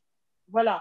Donc, c'est bien aujourd'hui, on va vite passer à la répression, c'est comme ça qu'on fonctionne. C'est que demain, ils vont casser toutes les tables au marché, ils vont chasser tous ceux qui sont sur les étables, mais on n'aura pas résolu le problème. C'est ce qui s'est passé à Pointe-Noire, par exemple, avec le marché, le grand marché. Donc, on a chassé du monde, ils sont juste partis à 200 mètres, ils se sont installés juste à côté. Ils ont créé le même environnement qui est néfaste pour le consommateur, parce que derrière, on n'a pas résolu le problème. Donc, il faut prendre le problème à sa source. On est en 2021, on arrive à la fin de l'année. Il est temps, c'est la période des bilans, qu'on soit conscient du danger qui est à la portée de notre bouche, à la portée de nos lèvres, parce que le Congolais, il consomme les maléois, il y en a partout. On commercialise des surgelés partout. La transformation est en train de bien progresser. Il faut vite que l'on prenne conscience de ce qui se passe et qu'on apporte des solutions. Et cette fois-ci, c'est des solutions concrètes. Est-ce que Deriska, vous qui venez du Congo, ou encore Priva, vous qui pratiquez aujourd'hui ce pays, est-ce que vous avez la volonté, est-ce que vous avez, je dirais,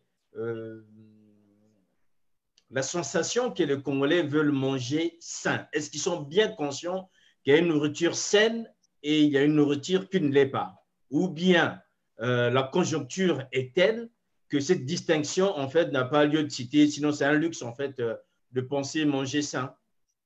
Oui, moi je pense que pour l'instant, le Congolais, manger sain, c'est encore un luxe que tout le Congolais lambda ne peut pas se permettre.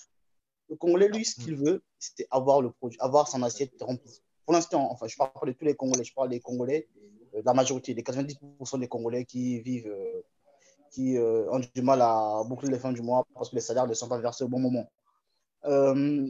Oui, pour l'instant, le consommateur ne s'inquiète pas encore de la qualité du produit. Très peu de consommateurs, à part ceux qui sont Ils sont beaucoup Avertis. informés. Ce sont ceux qui sont très avertis. Mais les femmes, quand elles reçoivent un produit agricole, donc, c'est comme pour elles, c'est d'abord de commercialiser. Celle qui vient acheter, la maman, la femme, l'épouse qui vient au marché avec son panier, ne regarde pas forcément comme ceux qui sont à l'étranger font. On regarde la DLC, regarde les composants, les ingrédients ou la date d'expiration. Non, c'est de ce que j'ai pu constater. Hein. Je suis resté plusieurs mois au Congo et j'ai fait tout le Congo de Nzassi à Makwa. Je peux vous assurer que le consommateur congolais, la sécurité alimentaire, c'est pas pour l'instant ce qui l'intéresse. Voilà pourquoi je me posais à l'idée de demander aux consommateurs congolais d'initier cette partie de la sécurité alimentaire. C'est plutôt aux producteurs. Parce que si nous attendons le consommateur congolais, c'est sûr, on ne l'aura pas pour tout de suite, puisque le consommateur congolais veut d'abord manger. C'est d'abord ça. Quand il aura mangé, à ce moment-là, le consommateur pourra penser à la sécurité alimentaire. Pour l'instant, ce n'est pas le sujet qui l'intéresse encore. Ça, c'est un retour d'expérience que j'ai de ce que j'ai pu constater sur le terrain. Peut-être Talia a une idée pour ça. C'est vrai que non, mais de temps en temps, on entend de comment bio. Vous voudrez dire quelque chose? Oui, c'est le Doreska qui parle. Il y a un mot qui revient souvent dans les discours de Congolais actuellement, c'est le bio. Voilà. Ils savent peut-être pas trop ce que c'est, mais ils se sont rendus compte que manger des produits sains… Manger bio, c'est bon. Voilà. Manger bio, c'est bon. Voilà, c'est le discours, mais sauf que manger bio n'est pas à la portée de tous. Mais ils se sont bien rendus compte que, voilà, que ce qui était sain, c'est ce qui était bio. Talia? Oui, bon, mais concernant tout le discours qui a été fait, je vais repartir un peu par rapport à la question qui a été posée sur l'état des marchés. Ce qui est quand même curieux, c'est que, sauf si je me trompe, c'est que les mamans qui vendent au marché payent des taxes chaque jour, je crois des taxes journalières pour le nettoyage des marchés. Et les pauvres payent les taxes et le lendemain se retrouvent à revendre près des immondices. Quelque part, ce n'est pas tant leur faute, puisque ceux-ci, c'est leur activité pour s'occuper de leur famille. Nous savons tous que nombreux sont dans la débrouillardise, nombreux nourrissent des familles, on voit leurs enfants à l'école grâce à cette activité. Et donc, on ne va pas les empêcher non plus de vendre leurs marchandises malgré l'insalubrité qu'il y a autour. Donc, il y a des services de la voirie qui recevant déjà, en recevant les taxes que ces mamans-là, que ces papas-là payent, devraient s'assurer à bien nettoyer, disons, les marchés et à rendre ces marchés-là salubres. Donc, que chacun, disons, prenne ses responsabilités aussi, à mon avis. Voilà, que chacun prenne ses responsabilités. J'aimerais, on arrive quasiment à la fin. J'aurais bien voulu que Arcade Mbungu, qui, c'est l'artiste Arcade, en fait, qui pouvait même participer à cet échange parce que c'est son domaine. Alors, ma question, c'était par rapport à la diaspora. Doreska Muzeze, on a entendu Diane Mavungu demander à la diaspora d'accompagner les initiatives qui sont les leurs. Il y a Arcade Mbungu qui dit si la diaspora concernée techniquement dans ce domaine pouvait s'organiser et apporter des réponses pratiques aux besoins sans passer par l'État, ce serait une très grande avancée. Est-ce qu'aujourd'hui, il y a besoin de la diaspora de Doreska Muzeze pour accompagner les transformateurs ou pour accompagner l'État afin qu'on arrive à avoir un cadre sécuritaire pour les consommateurs et pour tous et qui permettent aussi aux Congolais de pouvoir exporter puisque beaucoup de transformateurs que vous avez vus sur place ont envie d'une chose, c'est de vendre leurs produits à l'extérieur du Congo, notamment en Europe. Alors, les transformateurs nous attendent. On est les bienvenus. Il faut savoir que nous avons des compétences techniques qui sont très attendues en fait. Moi, j'ai eu un retour vers la fin de mon séjour, j'ai eu beaucoup d'appels. Ils se sont rendus compte que voilà, j'étais là après mon passage à la radio. Donc, c'est vrai qu'il y a des initiatives qui se font pour qu'on puisse revenir, pour qu'on apporte cette information, qu'on puisse les accompagner. Et ce qu'il faut savoir, nous, de la diaspora, ça a un coût de repartir au Congo. Ça a un coût parce que nous puisons sur nos économies pour prendre un billet. Priva est là. Priva vous dira combien il dépense pour aller au Congo. Voilà, on prend beaucoup sur nos économies personnelles pour accompagner. Et aujourd'hui, on le fait sans attendre quoi que ce soit en retour. Je dirais parce que nous, on travaille déjà ici. C'est parce qu'on a le souci de notre pays. On a le souci de ce que les autres font, de pouvoir les accompagner. Et derrière, un Congolais qui s'affirme aujourd'hui, c'est toute la nation qui est derrière elle. C'est un plaisir pour la nation. Les pouvoirs publics, quant à eux, voilà, c'est compliqué. Les relations sont difficiles. S'ils ne voient pas l'intérêt dans le projet que tu as, ils ne viendront pas. Et aujourd'hui, ces discours peuvent être très mal interprétés. On va pratiquement passer un rapport.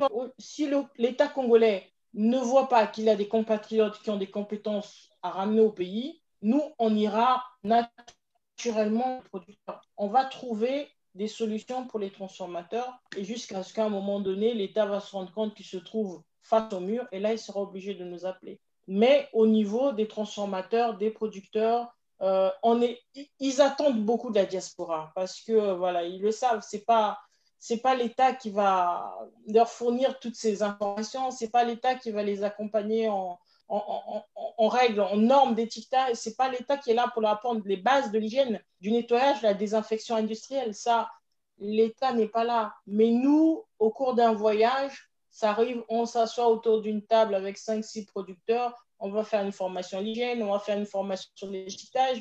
On le fait sur nos propres moyens. Mais sauf qu'à long terme, nous avons nos vies privées, nos vies personnelles à gérer. Et pouvoir gérer ces deux activités, je pense que Priva est bien placé pour en parler. Oui, la diaspora a beaucoup à apporter. Nous puisons dans nos propres moyens, comme a dit Doris Kamzeze.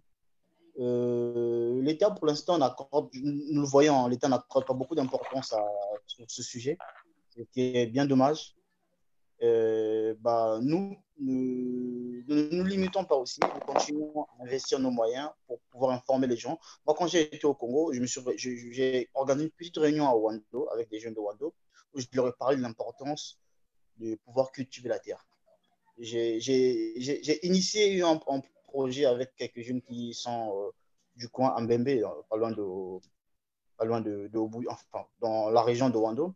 Je leur ai encouragé à pouvoir s'investir dans l'agriculture. Et je leur ai encouragé aussi à être propres dans leurs activités agricoles, parce que le nettoyage des produits, la distribution des produits dans les marchés.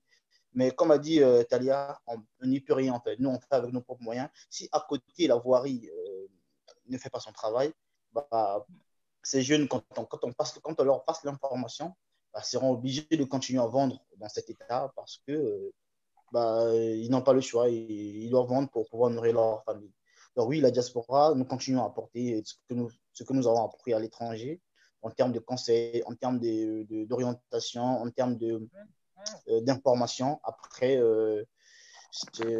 à 3 ou à 4, à 5, à 10, à 20, on ne peut pas faire grand-chose. Il faut vraiment qu'il y ait un réveil, que plusieurs jeunes prennent conscience et que l'État prenne conscience.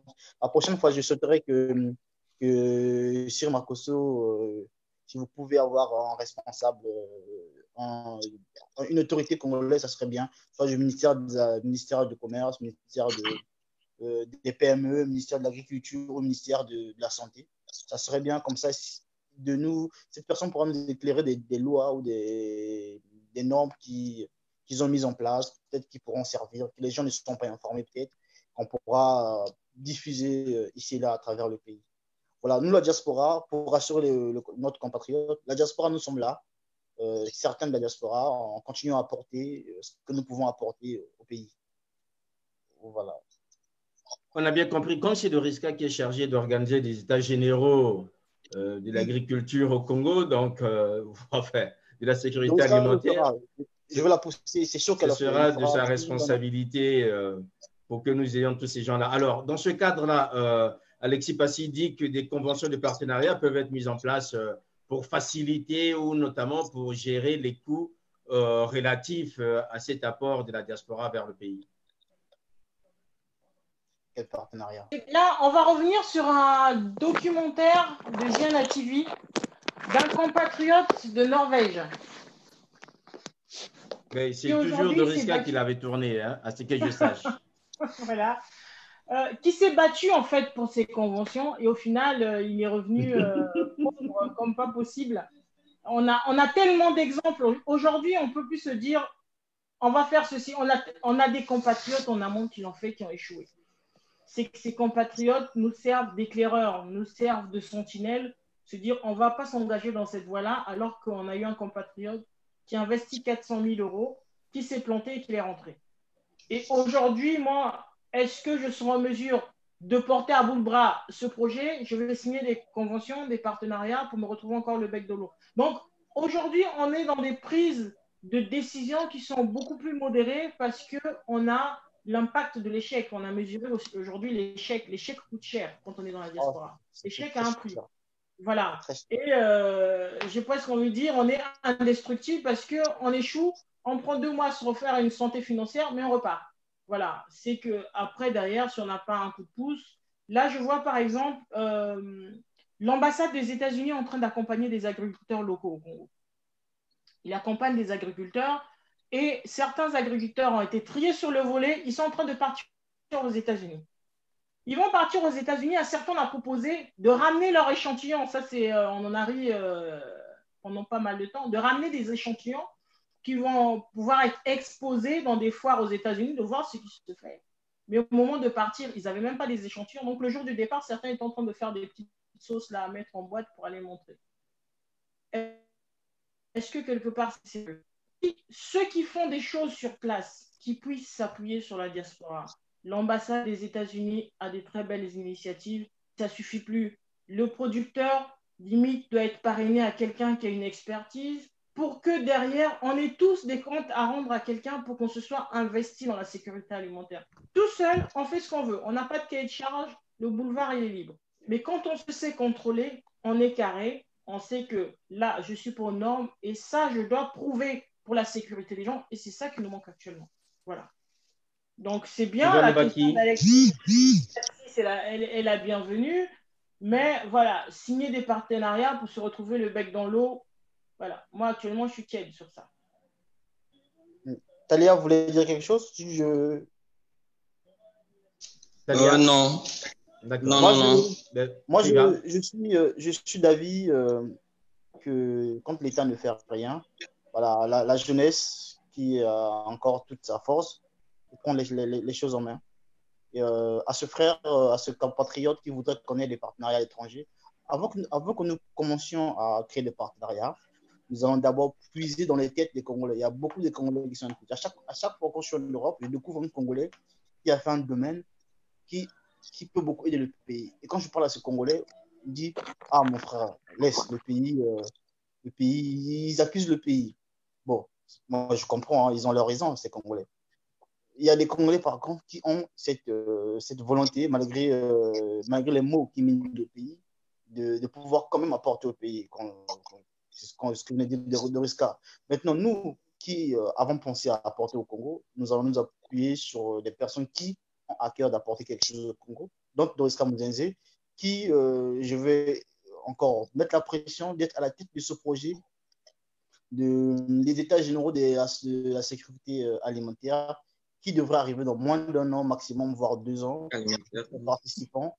Et avec mon équipe de Colia, nous mettrons tous les moyens en jeu, que ce soit à Madingo, au Hando ou à Pointe-Noire, de pouvoir participer à ces états généraux où seront invités des pouvoirs publics, où seront conviés des institutions comme des groupes comme Union, comme Action et d'autres professionnels. Et en amont, créer plusieurs associations de consommateurs comme a proposé Talia.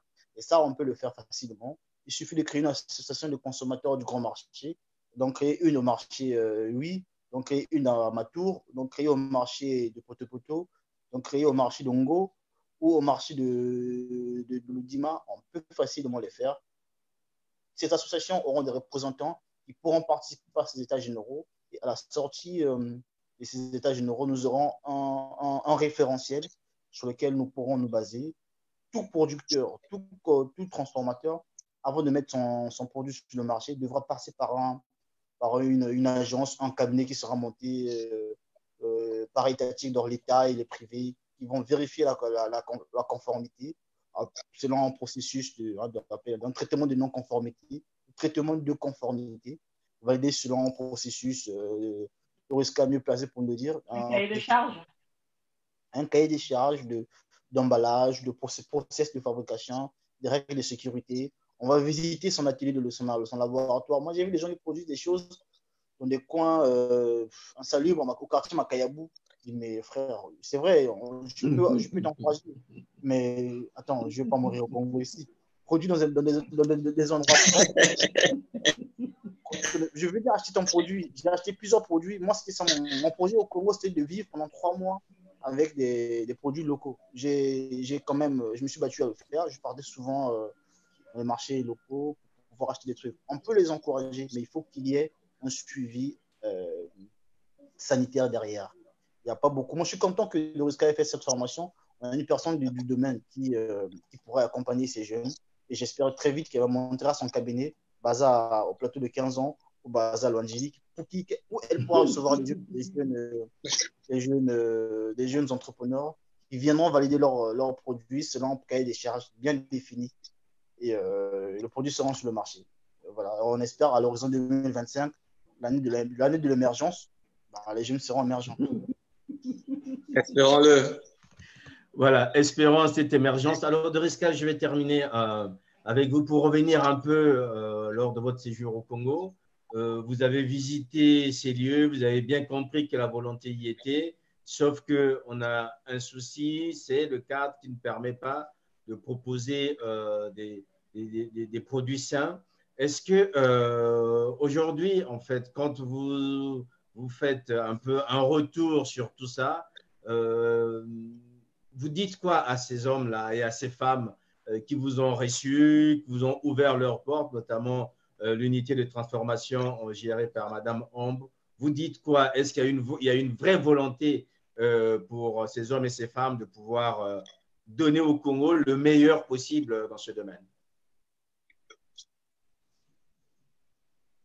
Après le document de Madame Ombre sur l'unité de production du Moringa, je lui ai fait un rapport cette fois-ci. Là, c'était pas en tant que reporter, en tant qu'expert de la sécurité alimentaire, dans lequel j'ai détaillé les non-conformités de son site de production et dans lequel je l'ai vraiment encouragé à apporter des pistes de solutions pour pouvoir lever ces non-conformités. Voilà, donc le rapport a été envoyé. Après, comme on dit, la volonté, elle viendra d'eux. Voilà, moi, je vois ce qui ne va pas, je propose des pistes de solutions et après, c'est à eux de vouloir amorcer cette opération de lever des non-conformités et puis de pouvoir aborder des solutions pour la sécurité alimentaire. Et puis, il y a 2 poids, 2 mesures aujourd'hui. Il y en a qui sont dans la course de la visibilité au Congo. Voilà, je produis du safou de Diata, donc il doit être visible. Tout ce que vous me direz de normes sanitaires, ça n'intéresse pas, sauf que je veux juste être leader du safou de Diata sur la place. Donc voilà, il y a tous ces comportements qui sont là. Il y en a qui sont vraiment engagés dans une réelle démarche de sécurité alimentaire. Il y en a, leur problème, c'est juste la visibilité et tout ce qu'il y a derrière, c'est pas important. Voilà. Donc, on a 2 types de transformateurs, ceux qui veulent bien faire avec le cadre réglementaire, et puis il y a d'autres qui ont juste besoin de visibilité, d'avoir des sponsorings, de soutien, de paraître sur les podiums pour que ça paraisse bien. Aujourd'hui, voilà. On a les deux. On a les deux. Très bien. Privalobaki, un dernier mot. Moi, je reviendrai sur la sécurité alimentaire. J'espère que très vite, nous pourrons mettre en place un cadre de sécurité et surtout ne pas oublier, pour l'instant, enfin jusque-là, on parle beaucoup de la sécurité alimentaire, ne pas oublier la phase du début, enfin, avant qu'on ait la sécurité alimentaire et la partie production, ne pas oublier d'encourager les jeunes à pouvoir produire, parce qu'ils sont nombreux à Pointe-Noire, à Brazzaville, qui attendent d'être embauchés à la SNPC et qui se plaignent que le manioc ne fait que diminuer de diamètre ou de volume. Donc, il y a aussi ce côté pour encourager les jeunes à produire et encourager les producteurs à être dans l'ESS, afin que ce sont les producteurs qui vont participer à l'élaboration d'un cadre légal, un cadre juridique qui pourrait profiter à la nation congolaise. Voilà, moi je suis très content de ce vent qu'a la jeunesse congolaise en ce moment. Il y a beaucoup de produits que je découvre tous les jours. J'ai découvert l'emboîté il y a quelques jours par Doriska Mzeze sur Internet. J'ai vu une confiture de safou. Il y a plein de choses, mais il ne faut pas que les gens aillent dans tous les sens. Il faut qu'il y ait un cadre fixé. Et on espère que dans 20 ans, on aura l'autosuffisance alimentaire. Et surtout, on pourra diminuer l'importation des produits au Congo. Ça sera déjà très bien. Au lieu d'acheter l'oignon très cher, un bout d'oignon coûte 50, bah, on pourra avoir 10 bouts d'oignon à 25 si la production est suffisante pour nourrir les 4,5 millions de Congolais. Voilà. Ne pas oublier d'inviter un pouvoir public dans les émissions à venir. On aura beaucoup de questions de poser. On ne va pas le harceler. Nous espérons que ces pouvoirs publics auront la disponibilité nécessaire quand on connaît leurs priorités. On le fera, il n'y a pas de souci. On prend date et on le fera. Telia Luemba, un dernier mot.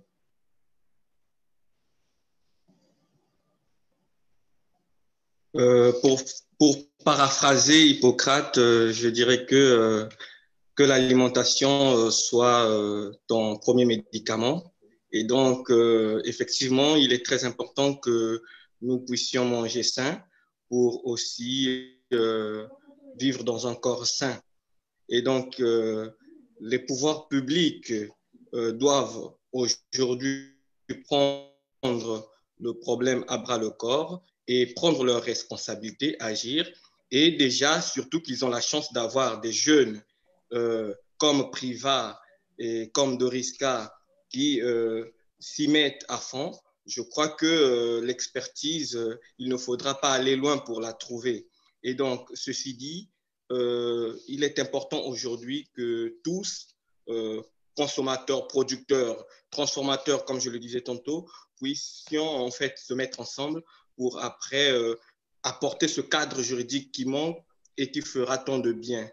Et du coup, c'est un avantage à la fois pour le pays et pour les consommateurs parce qu'on va consommer de la nourriture 0 km, donc de la nourriture des produits locaux, mais aussi on fait tourner l'économie locale plutôt que d'importer des produits comme on le disait tout à l'heure, qui parfois arrivent au Congo déjà à l'échéance de l'expiration. Donc, il est très important de se fédérer, de conduire ce projet d'états généraux disons, à bon port, et ce serait une bonne chose pour tout le monde, à mon avis. Voilà, une bonne chose pour tout le monde, une très bonne soirée. Doris Kamuzeze, je vais terminer avec vous. Est-ce que vous auriez un mot à dire à ces hommes et à ces femmes qui vous ont accueillis à Brazzaville, à Pointe-Noire? Je rappelle maintenant qu'il y a un grand maraîcher que beaucoup connaissent, c'est Papa Omer, hein, qui est du côté de Siafoumou, qui lui aussi vous a ouvert son jardin, puisque on ne dirait pas les portes, mais au moins son jardin, on a pu voir ce document. Est-ce que vous aurez un mot à dire un peu à ces hommes et ces femmes qui ont facilité votre séjour, notamment dans le cadre professionnel qui est le vôtre départ, et aussi pour permettre à Zena TV de proposer ses contenus aujourd'hui? Alors, je dirais d'abord un grand merci à tous ces hommes et ces femmes. Papa Omer, par exemple, lui, l'exemple, je l'ai vu travailler et puis je suis arrivée avec ma caméra. Je lui ai dit, voilà, j'étais reporter chez Zena TV. Et il n'a pas tout compris. Voilà, il ne sait même pas que le reportage a été diffusé parce que là où il est sans électricité, il n'a pas un téléphone avec WhatsApp. Et donc, j'ai demandé à des voisins du quartier de lui montrer le documentaire. Et voilà, c'est le Congolais, il vous accueille à bras ouverts. Et c'est pareil, tous ces transformateurs qui m'ont montré leurs produits, j'ai eu le regard de compatriotes, j'ai eu le regard d'experts aussi. Voilà, de pouvoir dire les choses, de mettre les mots sur les choses, et certains ont bien pris dans la globalité. Et nombreux de ces transformateurs appartiennent maintenant à ce réseau, à cette grande famille des Zena TV, et à d'autres.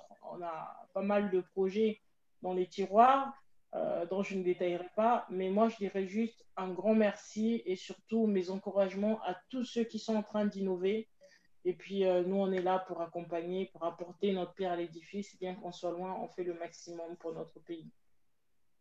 Voilà, nous aussi, nous espérons avoir fait le maximum ce soir pour vous faire bénéficier de ces expertises des hommes et des femmes qui travaillent pour le Congo, notamment qui sont préoccupés sur ces questions de sécurité alimentaire, comme a dit, pour paraphraser Hippocrate, en fait, que l'alimentation soit le premier médicament. Nous espérons que si demain les Congolais sont bien nourris, il n'y aura pas besoin d'inonder les hôpitaux et je pense que certaines pathologies disparaîtront d'elles-mêmes. Merci encore à Priva Lubaki, merci à Talia Luemba, merci à Talia Ndiembo. Nous espérons vous recevoir d'ici là afin de savoir où est-ce que vous en êtes. Est-ce que du côté de Koulia, déjà, la transformation a commencé et qu'est-ce qu'on mange chez Koulia? À ce moment-là, nous saurons et nous apprécierons si les normes seront bien respectées, M. Lubaki. Merci encore à Doriska. Nous espérons profiter d'un prochain séjour afin d'avoir des nouvelles de ces hommes et de ces femmes, si certaines préconisations ont été prises en compte, afin de bien comprendre que finalement, cette préoccupation est partagée par tous. Nous espérons aussi que les pouvoirs publics ont pu entendre cet appel, où aujourd'hui, on deviendrait sans doute des lanceurs d'alerte, puisque la sécurité alimentaire aujourd'hui doit préoccuper les Congolais par rapport à cette volonté d'industrialiser la transformation au Congo, quand on connaît que le Congo, c'est un pays où on consomme plus qu'on le transformait. Or, on constate aujourd'hui qu'il y a des transformations quasiment dans tous les domaines. Merci donc à Talian Djembo qui n'est plus là, en espérant que l'Elo Food va bien, je dirais, nourrir ces petits Congolais. C'est vraiment une grande découverte pour nous de savoir qu'il y a aussi une attention particulière pour les petits Congolais afin d'éviter toujours toutes ces nourritures importées qui coûtent très cher et parfois qui n'ont pas les compositions ou qui ne remplissent pas les besoins, notamment en termes de coûts par rapport aux petits Congolais. Merci aussi donc à Talia Luemba qui est intervenu d'Italie, donc référent Ziana TV en Italie. Merci à vous aussi d'avoir été là ce soir. Nous espérons que vous avez pu apprendre des choses et nous espérons avoir partagé avec vous cette préoccupation pour la sécurité alimentaire au Congo. Portez-vous bien, le programme continue. Au revoir. Au revoir. Au revoir.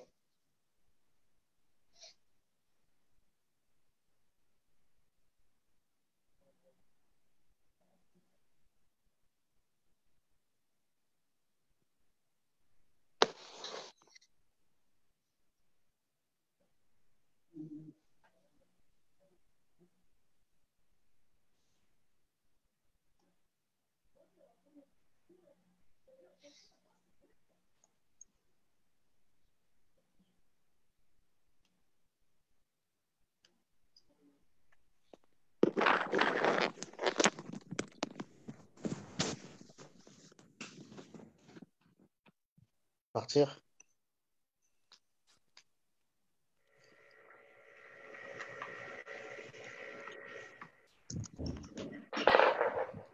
Dans moins d'un an, j'espère que le mènera ce grand projet. J'espère.